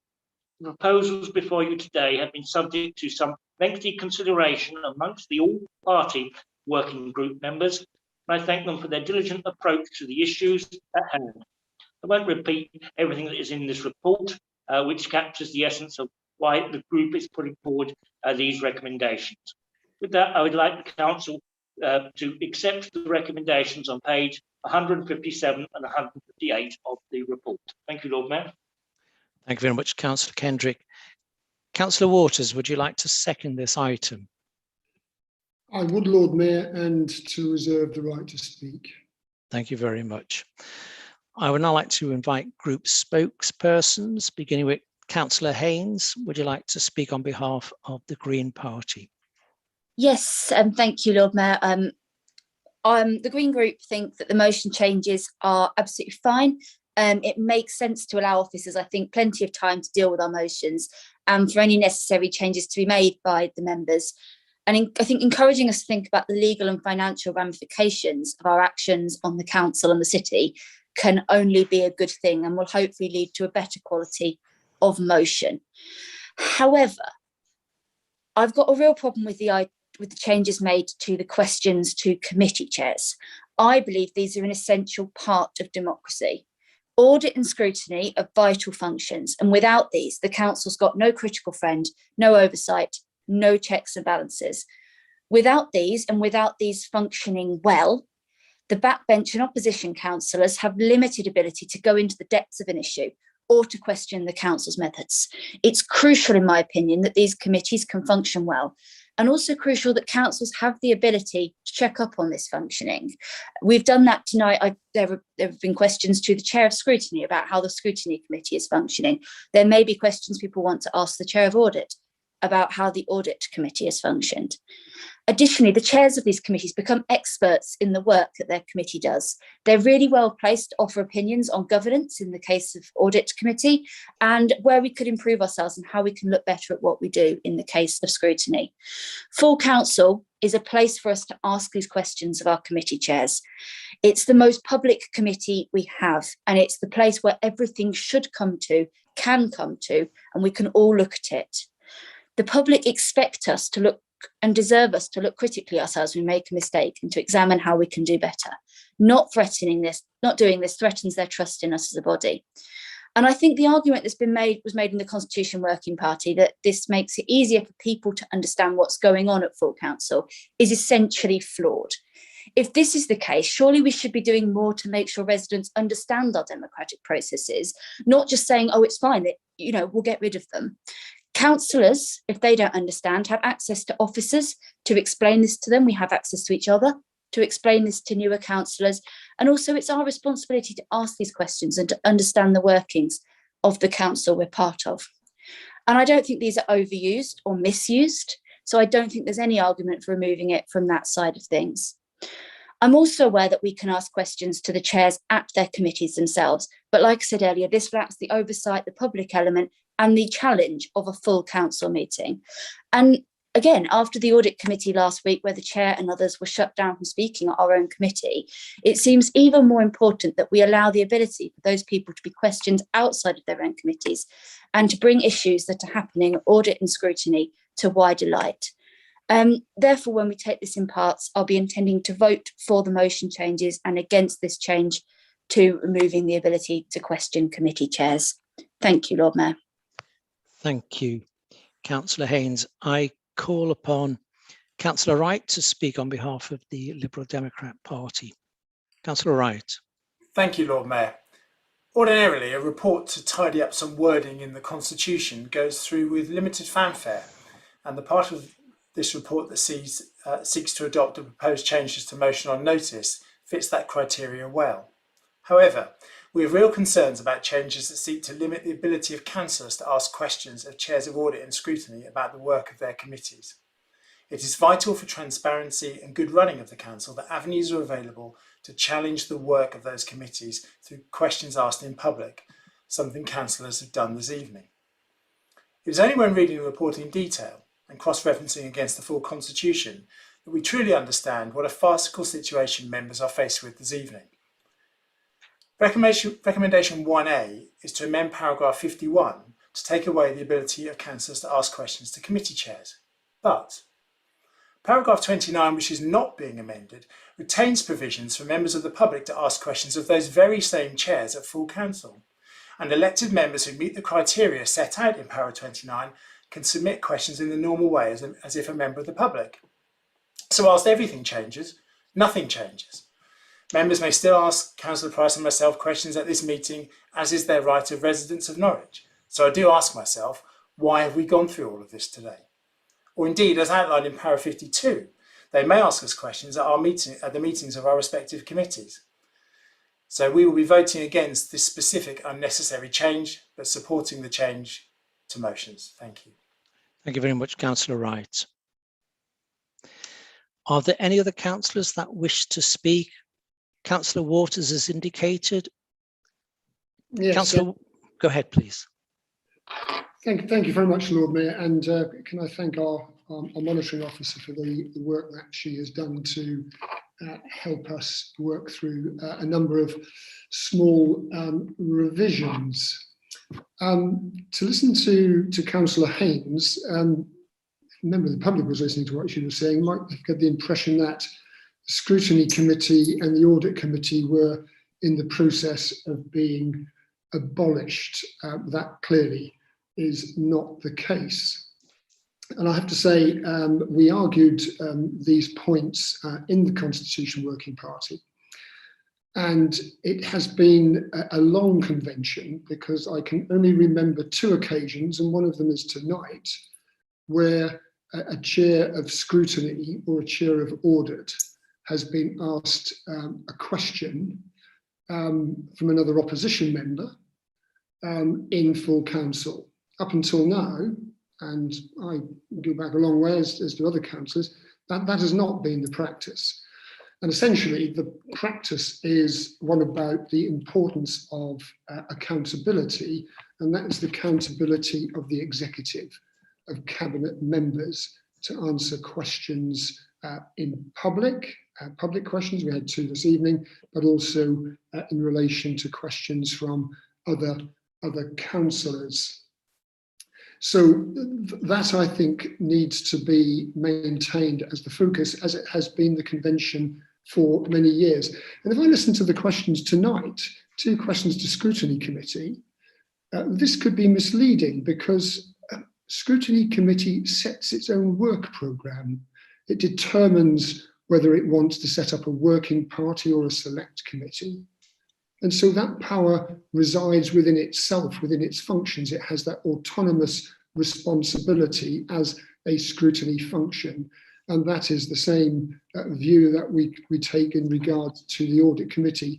I must also say that I think it's a little disingenuous, from what I understand, that a fairly lengthy one-item report that went to the Audit Committee, which lasted an hour and seemed to have exhausted all the questions, was brought to a constitutional close by asking for a move to the vote to move on to next business. This is not. Can you begin to close, please? Thank you. This is not a coup d'etat. So I just wanted to suggest that some positions have been maybe interpreted. I put the other alternative interpretation of that. So I think this is a very good set of recommendations. I think we return to the consistency that we have had over many years in relation to questions in council being directed to cabinet members. Thank you, Councillor Waters. I see that Councillor Price wishes to make a point. Please go ahead, Councillor Price. Thank you very much, Lord Mayor. So to pick up on these points, I think the points that Councillor Wright has raised about the farcical nature of these changes, it just makes it absolutely laughable that this is being railroaded through.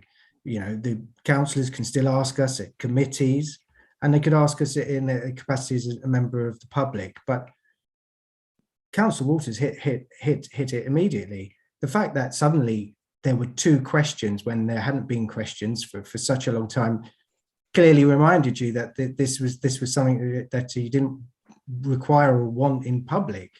The fact is, the council meetings are there and the executive are held to account.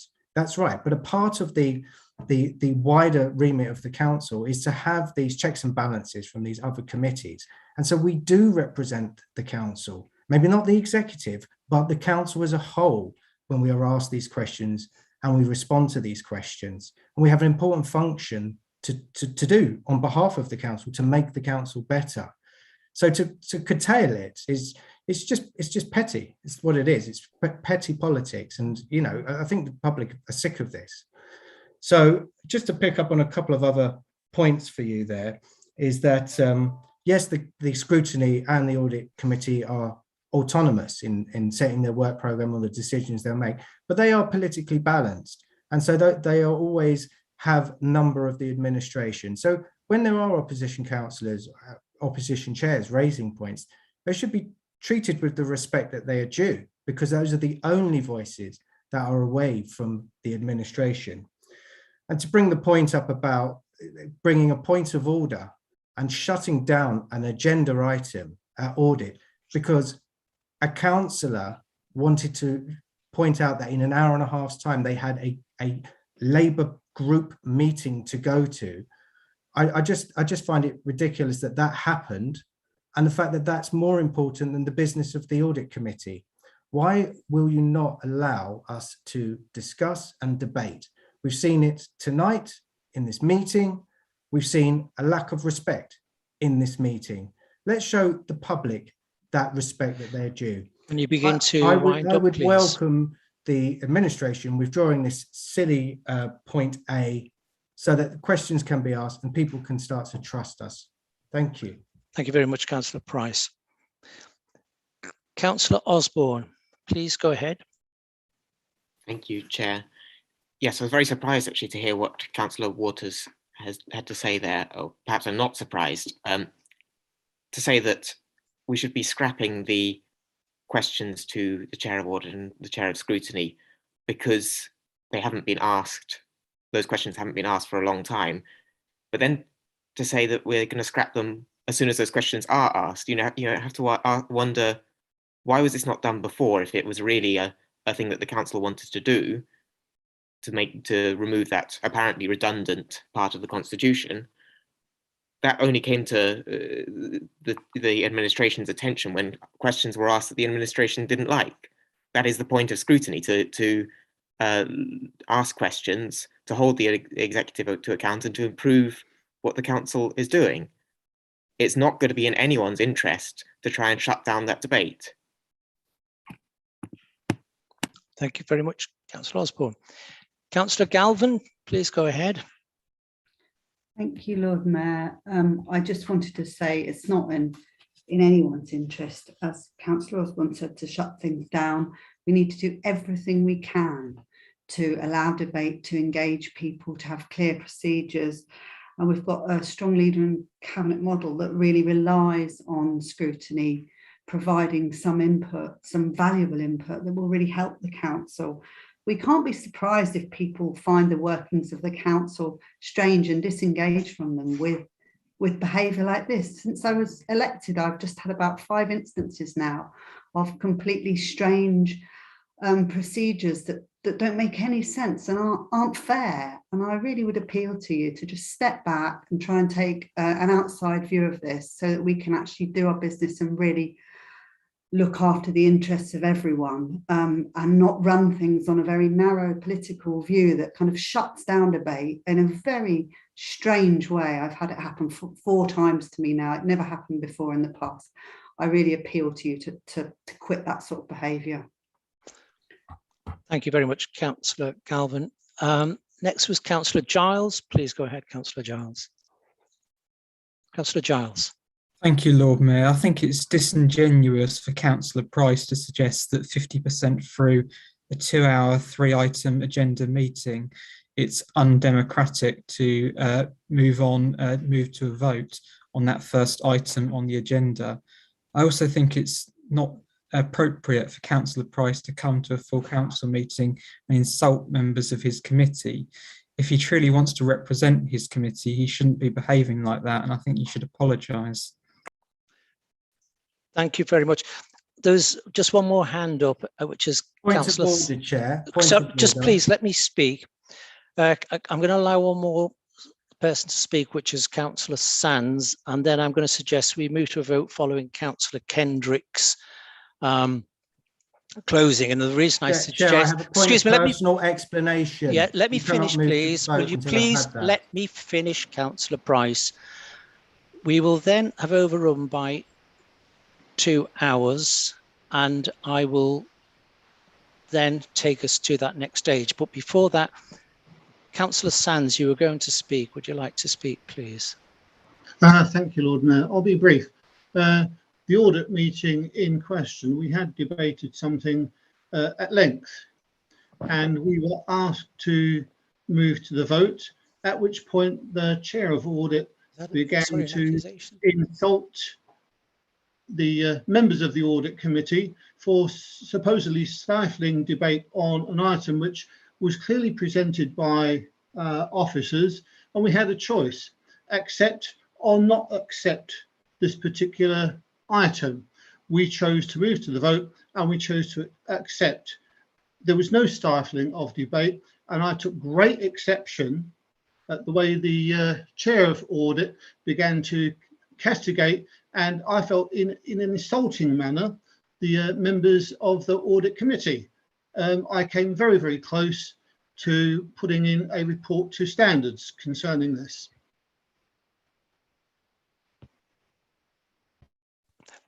Thank you very much, Councillor Sands. Now, we're in a moment move to vote, but Councillor Price, you were beginning to make a point of order, but it was personal explanation, Chair. Yes, go ahead. I've been just referenced by Councillor Adam Giles as that I have insulted him. I haven't insulted him. I just made it very clear that he had another meeting to attend and that people were still there to speak. And so I've not insulted him. So I would like that retracted, please. Thank you. Unlike other councillors tonight who have insulted councillors. Okay, thank you very much. I'm going to have to discuss this with the monitoring officer.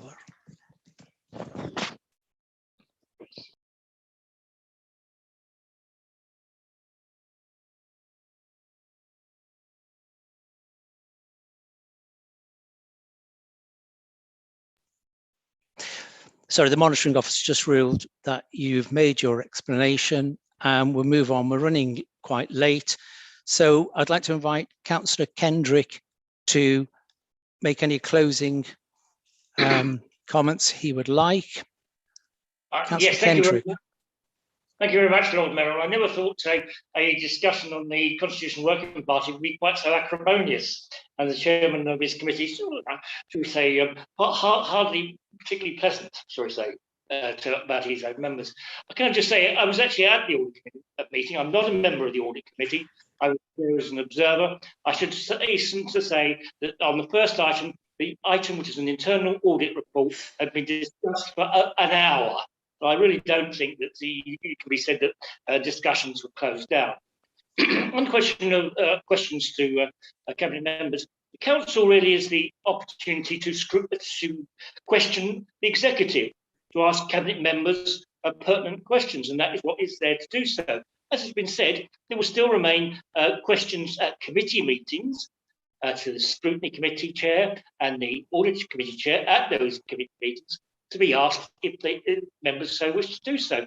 So I really don't see we're sort of getting on the high horse that somehow this is all some kind of party political machination.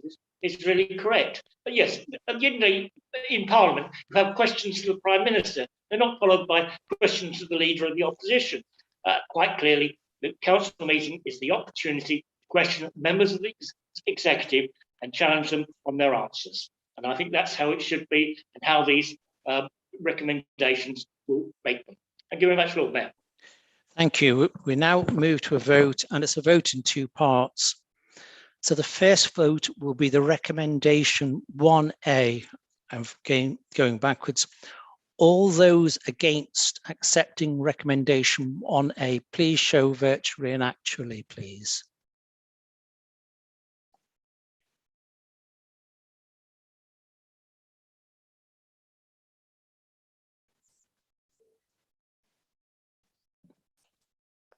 Okay.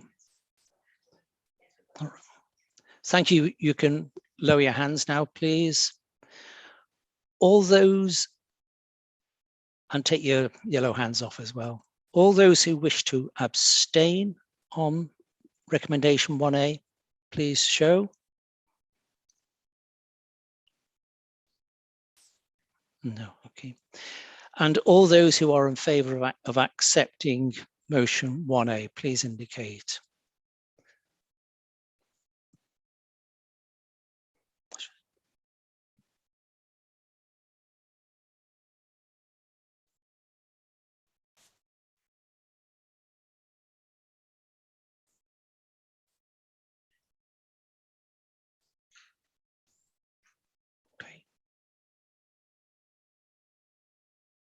Okay.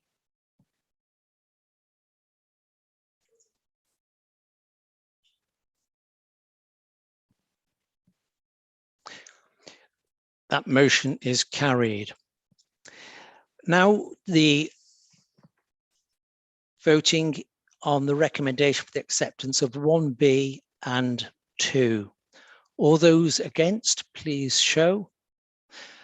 Councillor House, Councillor Sands, your yellow hands are still in the air. Thank you. All those who are against accepting 1B and 2, please show. Okay. All those, oops, we have one. No, sorry, that was a mistake. Oops, okay.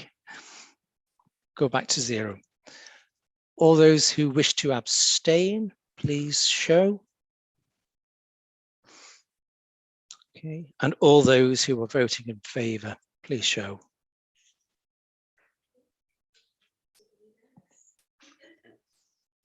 Okay. Okay, thank you very much. You can drop your hands. We now have a series of motions. However, just wait a moment.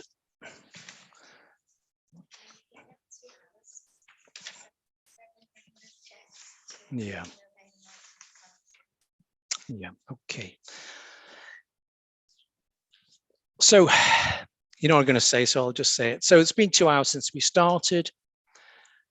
I'm going to ask if the remaining items can be taken as unopposed business. If they are opposed, there will then be a short break of 10 minutes.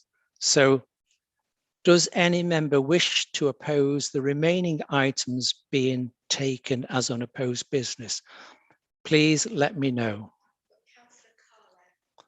Councillor Carlo, which Councillor Carlo, unmute, please. You're muted, Councillor Carlo. Could you unmute Councillor Carlo? And which is the item that you wish not to be passed through? None, Lord Mayor. I'd forgotten to take my hand down. Oh, jolly good, jolly good. Councillor Lubbock, is there a particular item that you wish to not to go through as unopposed business? Councillor Lubbock, you're muted. Trying to unmute.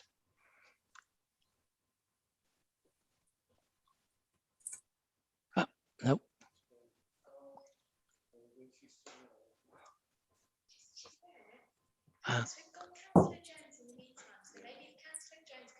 Yeah, sure. Yeah.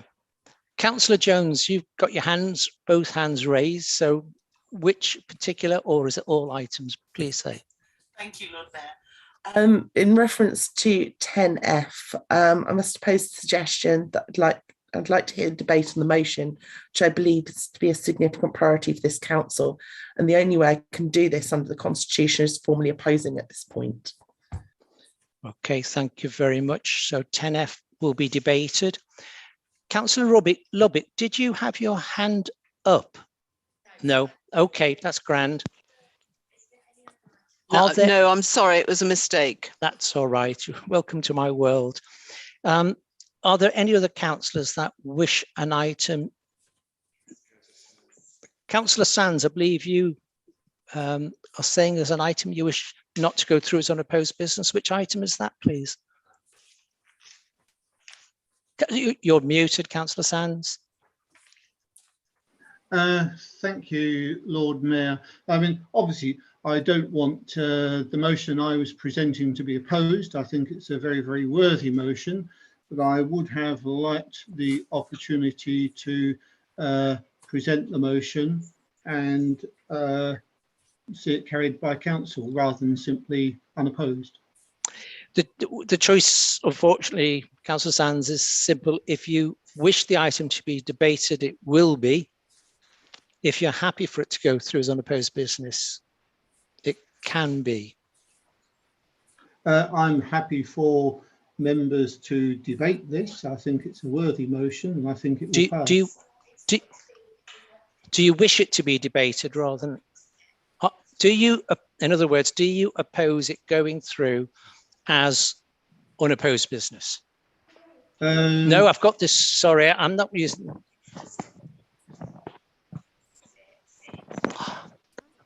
Now that's a certain finesse that I missed. So, are you going to oppose this item? No, I'm not going to oppose it. I was just, okay. I just felt that it should be read. Right. I'm just being told by the monitoring officer that that is not an option. Well, sad, but still, never mind. Councillor Waters. Oppose item 10E. 10E. Okay, thank you very much. So that will be debated. 10E, 10F. Are there any other members? No. Lord Mayor, do we have to take it? Do we have to take a 10-minute break? Let's just get on and do it. It's up to 10 minutes. I certainly would like a short break. So we'll take a 5-minute break. Okay.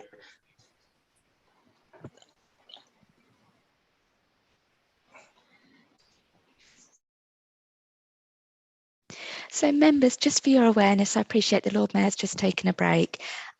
So the video recording is still on. So I appreciate everyone wants to know the football results and announce those, but it is still being broadcast during this time. Although I expect, Stuart, we will be looking to keep microphones off. So obviously you can then have a space for private discussion if you want to at home. But we'll be resuming in potentially a couple of minutes.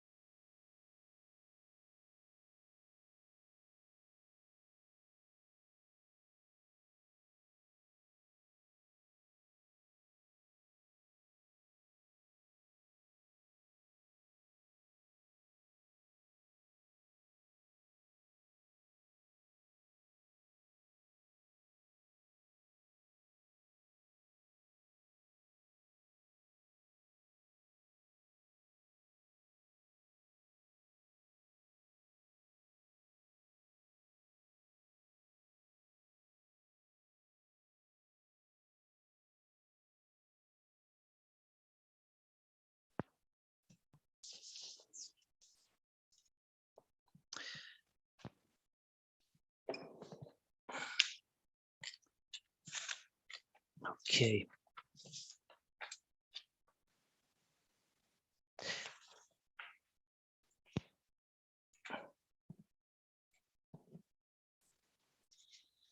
So it was just they've gone through, so straight to, I'm just finding that.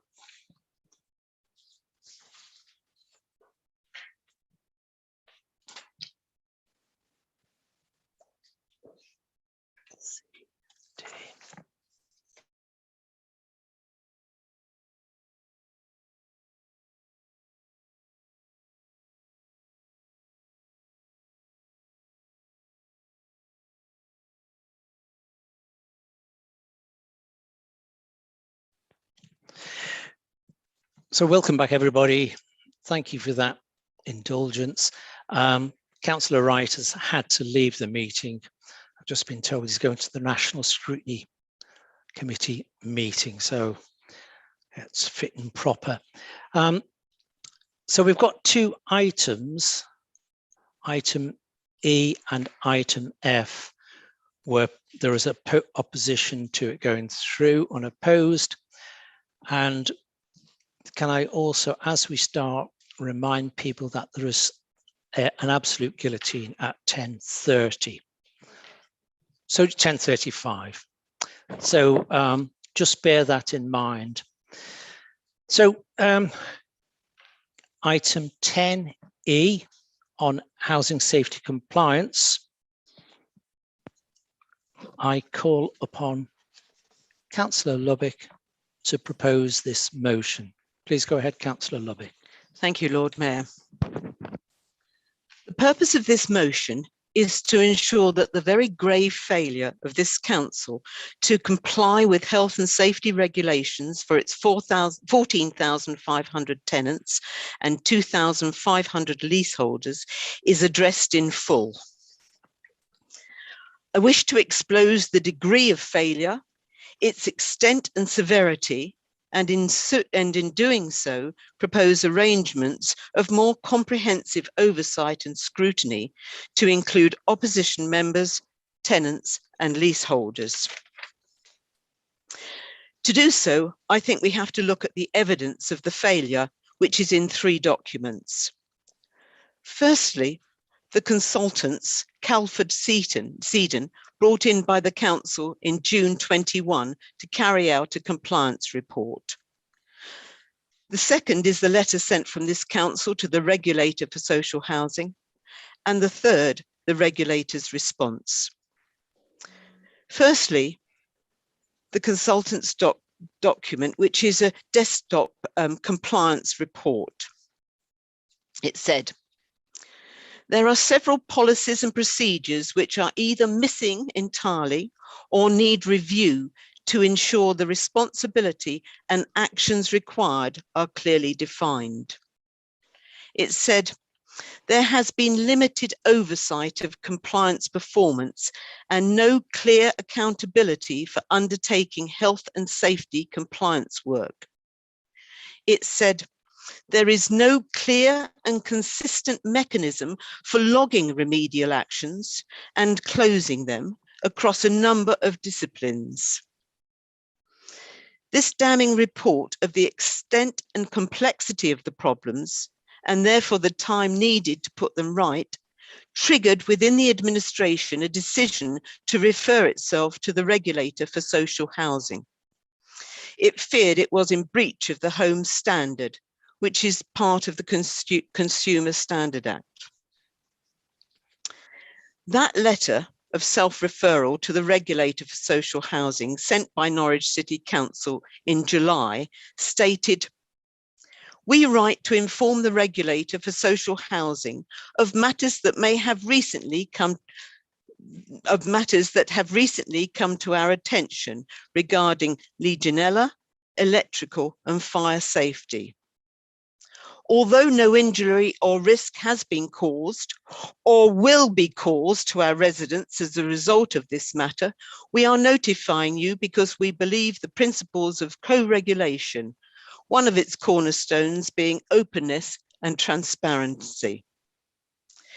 It is alarming to see that at this stage in July, the Council did not appreciate the risk to others of the lack of policies, procedures and oversight of compliance of health and safety regulations.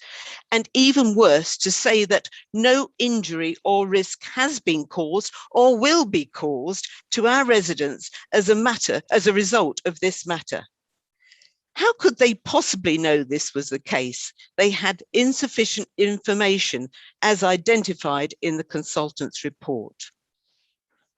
Finally, the regulator for social housing in their response stated, Norwich City Council had breached the home standard, and as a consequence of this breach, there was potential for serious detriment to Norwich City Council tenants in their homes. They also went on to point out the various fire risks, electrical safety, asbestos safety, and even the water safety issue.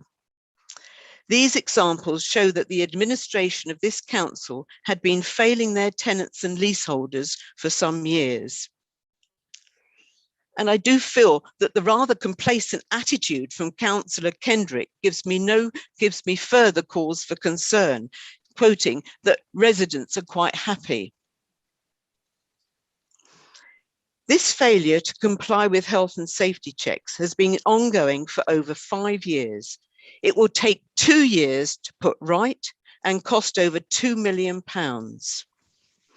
The administration were alerted to the issue in June, referred themselves to the regulator in July, but did not tell their tenants, leaseholders, or any opposition councillors until the 14th of October, a period of 3 months. During this time, resources were committed to external contractors, and the extent and the severity of the problems was denied, as in the letter to the regulator for social housing, when they said no injury or risk has been or will be caused to our residents as a result, a statement not substantiated by the evidence and by the regulator for social housing themselves.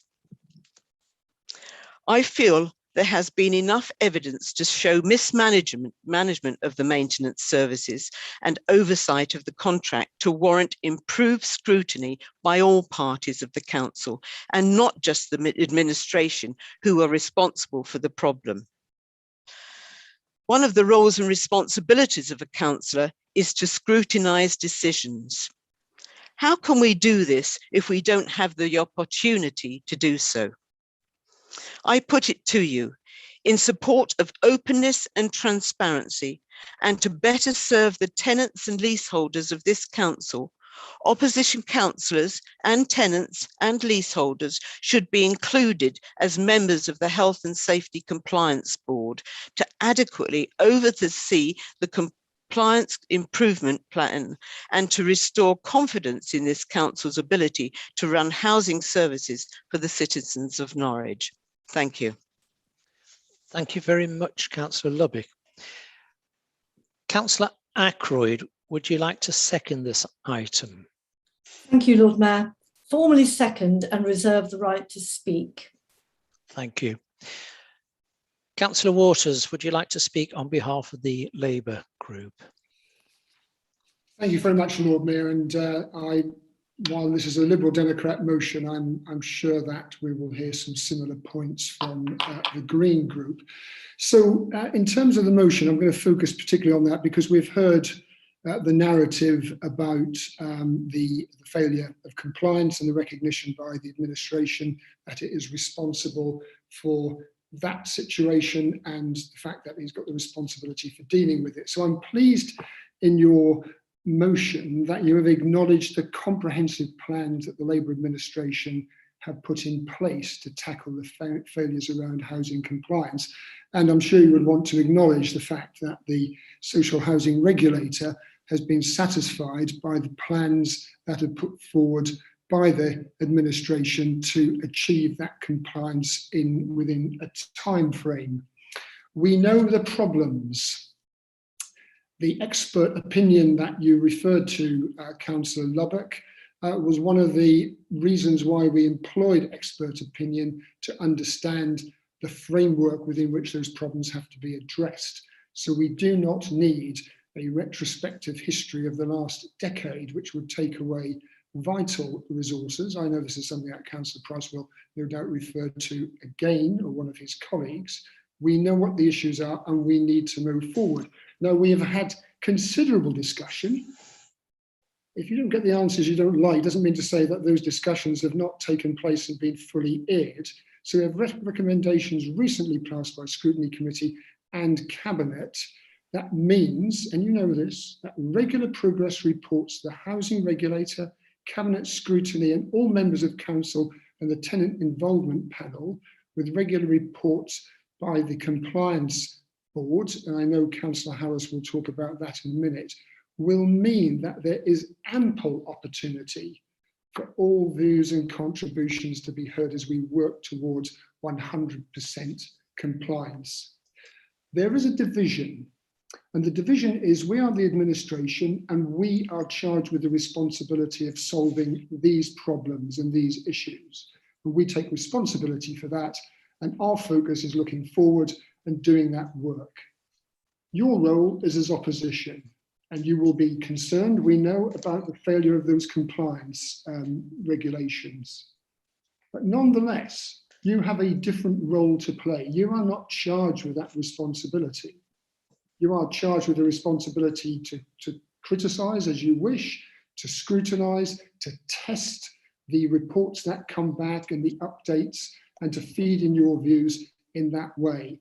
And that clear distinction is an important one, because we have to get on with the job, and we can do that because we've set the infrastructure up to do that, and we have set the transparency and the structures and the opportunities for regular reporting. So we must, on that basis, oppose this motion, but at the same time, hope that you recognise that you have every opportunity, as you have this evening, to raise issues, raise concerns, provide, let us say, perhaps even supportive comments about the work that we will be doing in driving this compliance strategy over the next few months.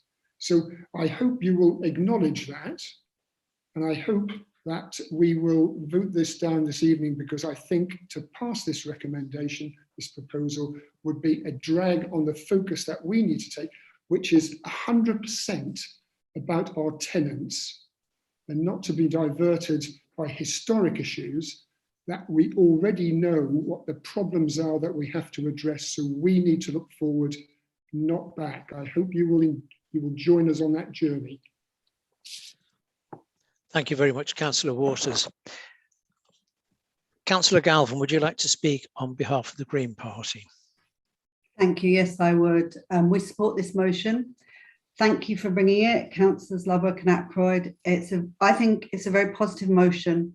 It makes a very reasonable point. It offers a nice, actually offers somewhat of a compromise. It seeks to help the administration. So I fail to understand why you can't support it as well.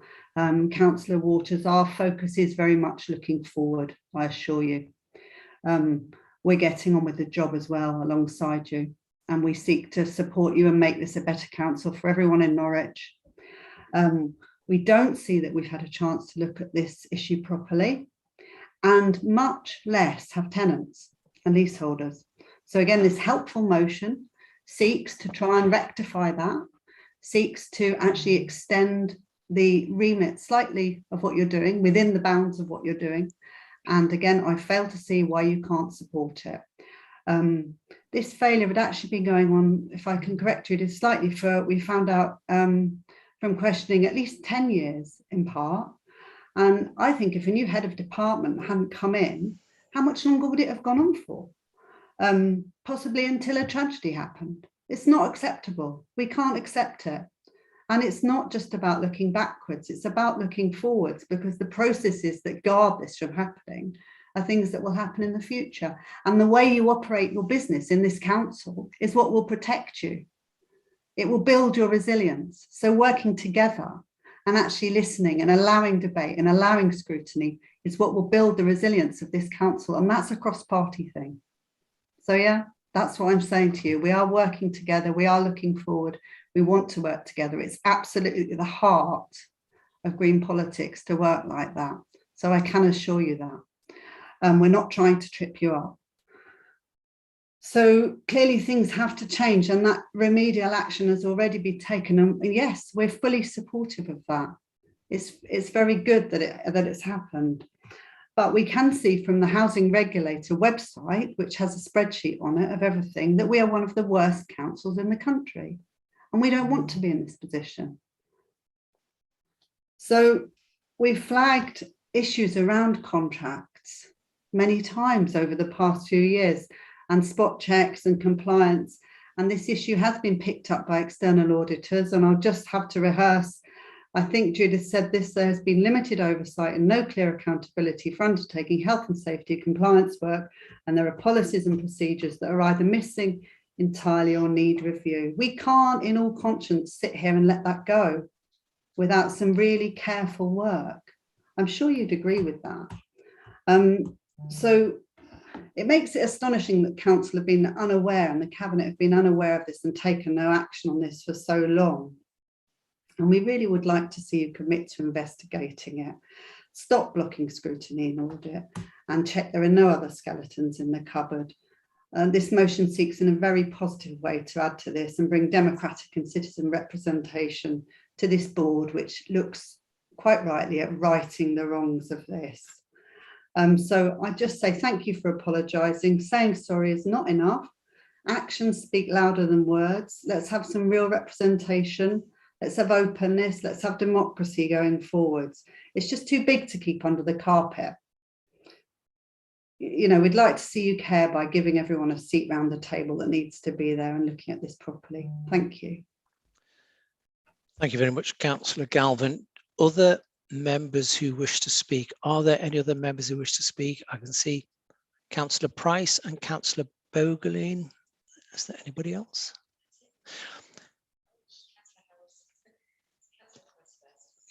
Councillor Harris. Yeah. Councillor Price, would you please go ahead? Thank you, Lord Mayor. So just to pick up on the motion, I very much appreciate the Liberal Democrat group bringing this motion. It seeks to strengthen the work of the council. It looks to strengthen our relationship with the tenants that, you know, that obviously have now become strained through the actions of the council. You know, we have presidents of the leader of the Green Group sitting on NCSL and NRL boards. So it's not unheard of to have opposition councillors helping to, you know, perform those checks and balances. I just don't really see a reason why you would reject this kind of inclusive approach. And I think it was interesting that the comments from the leader when very robustly saying that that they are charged with the responsibility. Well, you are charged with the responsibility of this situation, and you know, voters will consider that, and they, you know, and people's trust in what you're doing will have been eroded by this process. But what I would say is that good councils work in a cooperative fashion, and I think that rhetoric is of politics of the past. You know, it's about inclusive working. It's about dealing with the issues for the reality of what they are, and it's about building trust with our residents. And to just say it's all of us and it's top down and it's almost nanny state approach, it just does not resonate with the way the world is today. So I would hope that the leader would reconsider his objection to this motion and see the logic of it, see the transparency and openness and inclusivity of it, and support this motion for the sake of the residents of this city. Thank you. Thank you very much, Councillor Price. Councillor Bogerline, would you like to speak? Yes, my appeal is a similar one. And I think, Councillor Waters, we've been through this before when we had the NRL scandal, where there was we lost 6 million. We went through the whole, we need good governance, and rightfully the council has established the NRL and NCSL shareholder board where we have a place on it. And, you might correct me, but I think that makes it a better panel, and that means that we can represent our residents and we can bring a voice to it, and it makes for better governance. So I don't understand why you're taking a step back. I really thought there was big improvements in governance, and this is a step back that we don't need. Thank you very much, Councillor Bergline. Councillor Harris, please speak. And Councillor Kendrick, I can see you. Okay. Councillor Harris. Thank you, Lord Mayor.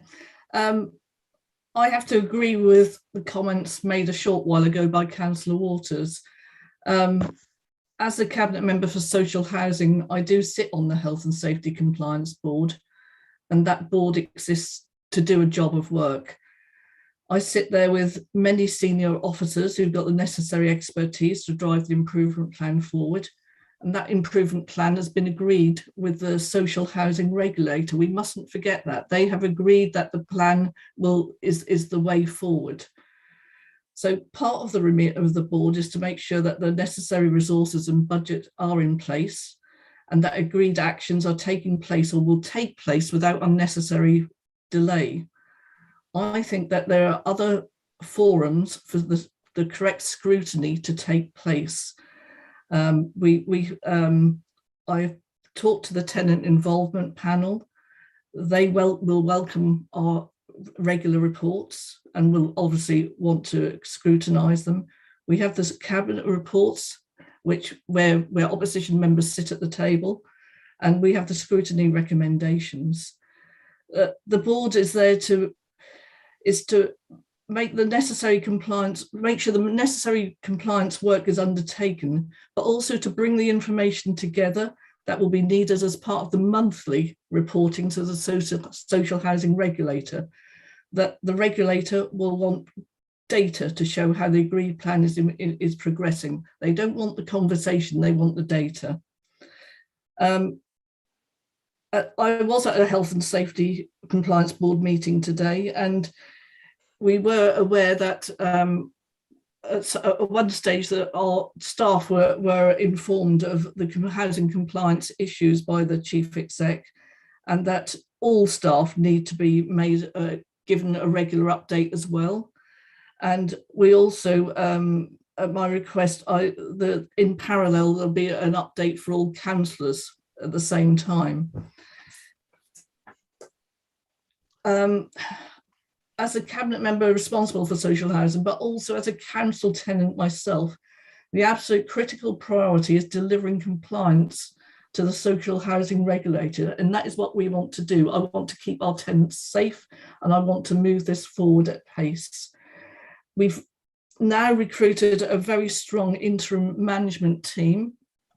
You haven't been introduced to all of them yet, because two people start next week. Can you start to wind up? Yeah, please, of course I can. And I'm confident that we will have the correctly skilled people in place on that board. And for that reason, I'll be voting against the motion. But I do thank Councillor Lovett and Councillor Ackroyd for bringing the motion, because I think it is something that we needed to discuss. Thank you. Thank you very much, Councillor Harris. Councillor Kendrick, would you like to speak? Yes, Lord Mayor, and I will be quite brief because it's a matter of personal clarification. I think the Councillor Lovett distorted what I said. When I said I was happy, or I think I probably said in terms of tenants, I was talking about what we have done since this was discovered. No one is happy about the original mistakes. I'm not happy, Councillor Harris isn't happy, Councillor Waters isn't happy. But we are now taking firm action to rectify mistakes that we were not aware of. Suddenly, I used to dismiss this idea that the cabinet knew all about this for years and just sort of swept it under the carpet. As soon as we knew it, as soon as the senior officers knew about this, we have taken very vigorous action. I think that's what the tenants at least appreciate. No, obviously the original mistakes are to be condemned, and quite rightly so. So I wish Councillor Lovett, perhaps I think her comments were a little beneath her. And I hope that she realises my clarification of what I actually said. Thank you. Thank you very much, Councillor Kendrick. Are there any other members who wish? Councillor Carlo, would you like to speak? Yes, thank you very much, Lord Mayor. Yes, I attended scrutiny and I was the councillor who put forward the recommendation that opposition councillors sit on the board. And I was absolutely astonished when the Labour group voted en bloc to oppose it. It just strikes me that again and again, this administration acts with great secrecy, because reports do not replace actually being in a room and hearing discussion. And it's really critical that people are able to at least listen to the discussion, even if we're not allowed to take part in the discussion. But some years ago, I remember when the Greater Norwich Development Partnership met behind closed doors. It was a very secretive body and there was a lot of horse trading. And what happened was that a group of citizens, we came to County Hall where the GNDP was meeting, and we demonstrated outside the door because the GNDP was spending public money and making decisions in a very secretive way. And I feel that we're going to have to do this again, that actually opposition councillors are going to come and have to stand outside the door of the meetings where the board meetings are held and make the point that the council is a better council if it behaves in a transparent way. But I'm afraid a lot of the council's mistakes have come from a lack of transparency. So when those meetings are advertised, well, not necessarily advertised, if we find out about them, then yes, I'm going to come and stand outside the door and demand my right as a councillor who's representing a lot of residents to be present.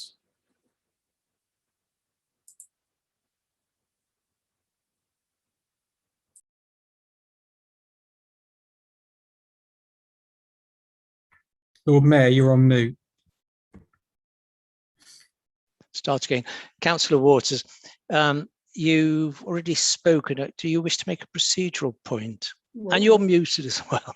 Well, I do, Lord Mayor, and I'm sure Councillor Bergland won't mind me correcting her about the NRL scandal and losing £6 million. It was just to reassure her so she doesn't lose sleep over it this evening. It was a loan to the company to enable the company to have the liquidity to build houses, and which, as we know, subsequently it has been doing and continues to do very successfully. I may also say to Councillor Carlo, I would not want you standing outside in the cold, knocking on a door that you don't feel you can get into, because Alan, you can go to scrutiny committee, you can come to cabinet, the reports will be in the public Alan, domain. I'm sorry, I'm going to have apologies. Thank you. Are there any other members that wish to speak on this item?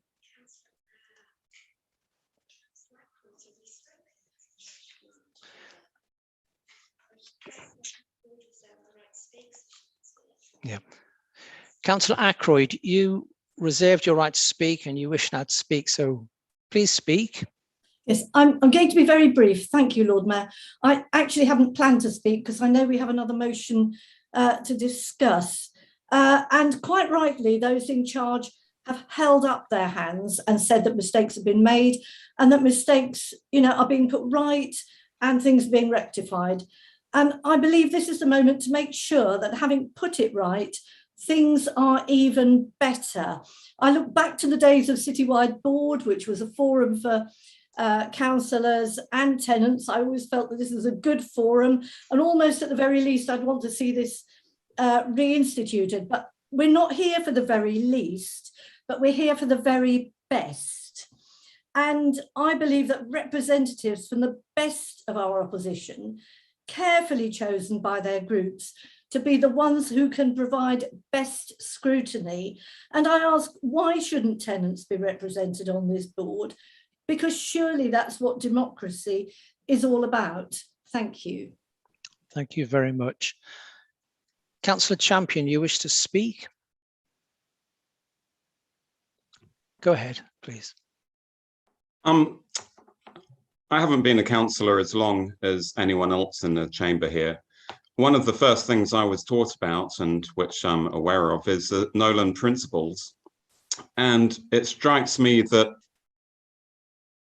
this evening's meeting on this motion and in other regards, I've found that I've been a bit bemused by the fact that I don't feel there's been openness, honesty. I think there's been a lack of leadership. I think there could be greater accountability, objectivity. I think, we've got to really, these have got to be at the heart of all of our actions as representatives of the people. I just felt it was worth saying. I couldn't stay silent on that. And that's all I've got to say on it. Thank you very much. Do any other members wish to speak on this item? Can you see them? Okay, well, I give Councillor Lubbock the opportunity to respond. Please go ahead, Councillor Lubbock. Yes, thank you. Councillor Waters talked about the comprehensive plan put in place and the regulators are satisfied with the plan. Well, we don't have an argument with that. We would just like to be part of the board that oversees the improvement plan, just to sit alongside you, because after all, it was your administration that didn't have oversight that was good enough and let these things happen. So why should we have confidence that you're going to do a good job this time? We don't have confidence. Why can't you, as others have said, be open and to welcome opposition councillors along? What have you got to fear? You say we do not want to focus on the historic, but we want to look forward and be part of the solutions. If we're not, as someone said, actually at the table, hearing all those details from all those experts, from all those people that we're employing now, how do we actually get a good feel for how things are going? Well, a written report by you about what you think we ought to know is just not good enough. And when else do opposition councillors actually get to hear from the voices of those who have been most affected by this, tenants and leaseholders? Not hearing their voice it leaves a big void. It really does. And I just think that we have surely reached a more mature attitude in politics, where you shouldn't have this idea of not having opposition councillors with you to help you what is a very difficult ride of 2 years, perhaps, and it would be just for those 2 years while the Health and Safety Compliance Board is in formation and putting these problems right. You're spending 2 years doing it. You're spending over £2 million, and you're excluding opposition councillors who had no part to play in this, and you were depending on the same people that were there Councillor in Lubbock, place to oversee the mistakes that have been made. Thank you very much. Right. We're going to go to a vote, and we will do it in the normal reverse order. So all those who are against this motion being passed, please raise your hands, and your virtual hands as well, please.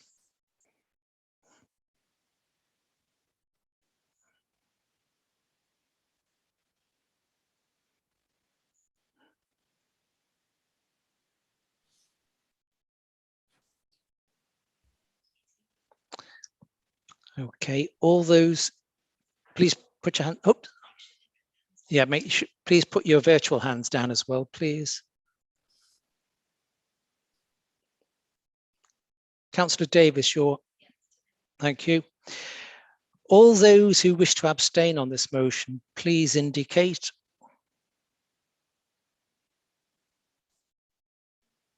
No, okay. And all those who wish to vote in favour of this motion, please raise your virtual and your actual hand, and please keep your hand raised.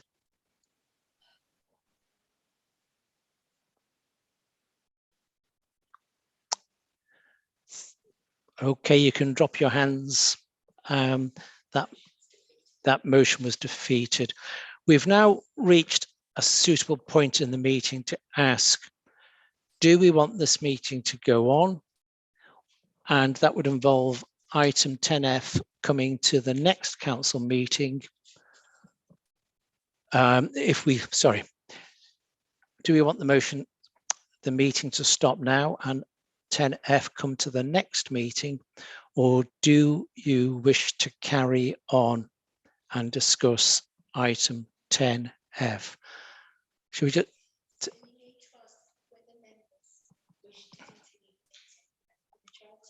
Okay, but there's no need for a proposer. Yeah, so we're just checking the constitution. It's a simple show of hands. If you want this meeting to continue, please raise your virtual and your actual hands, please.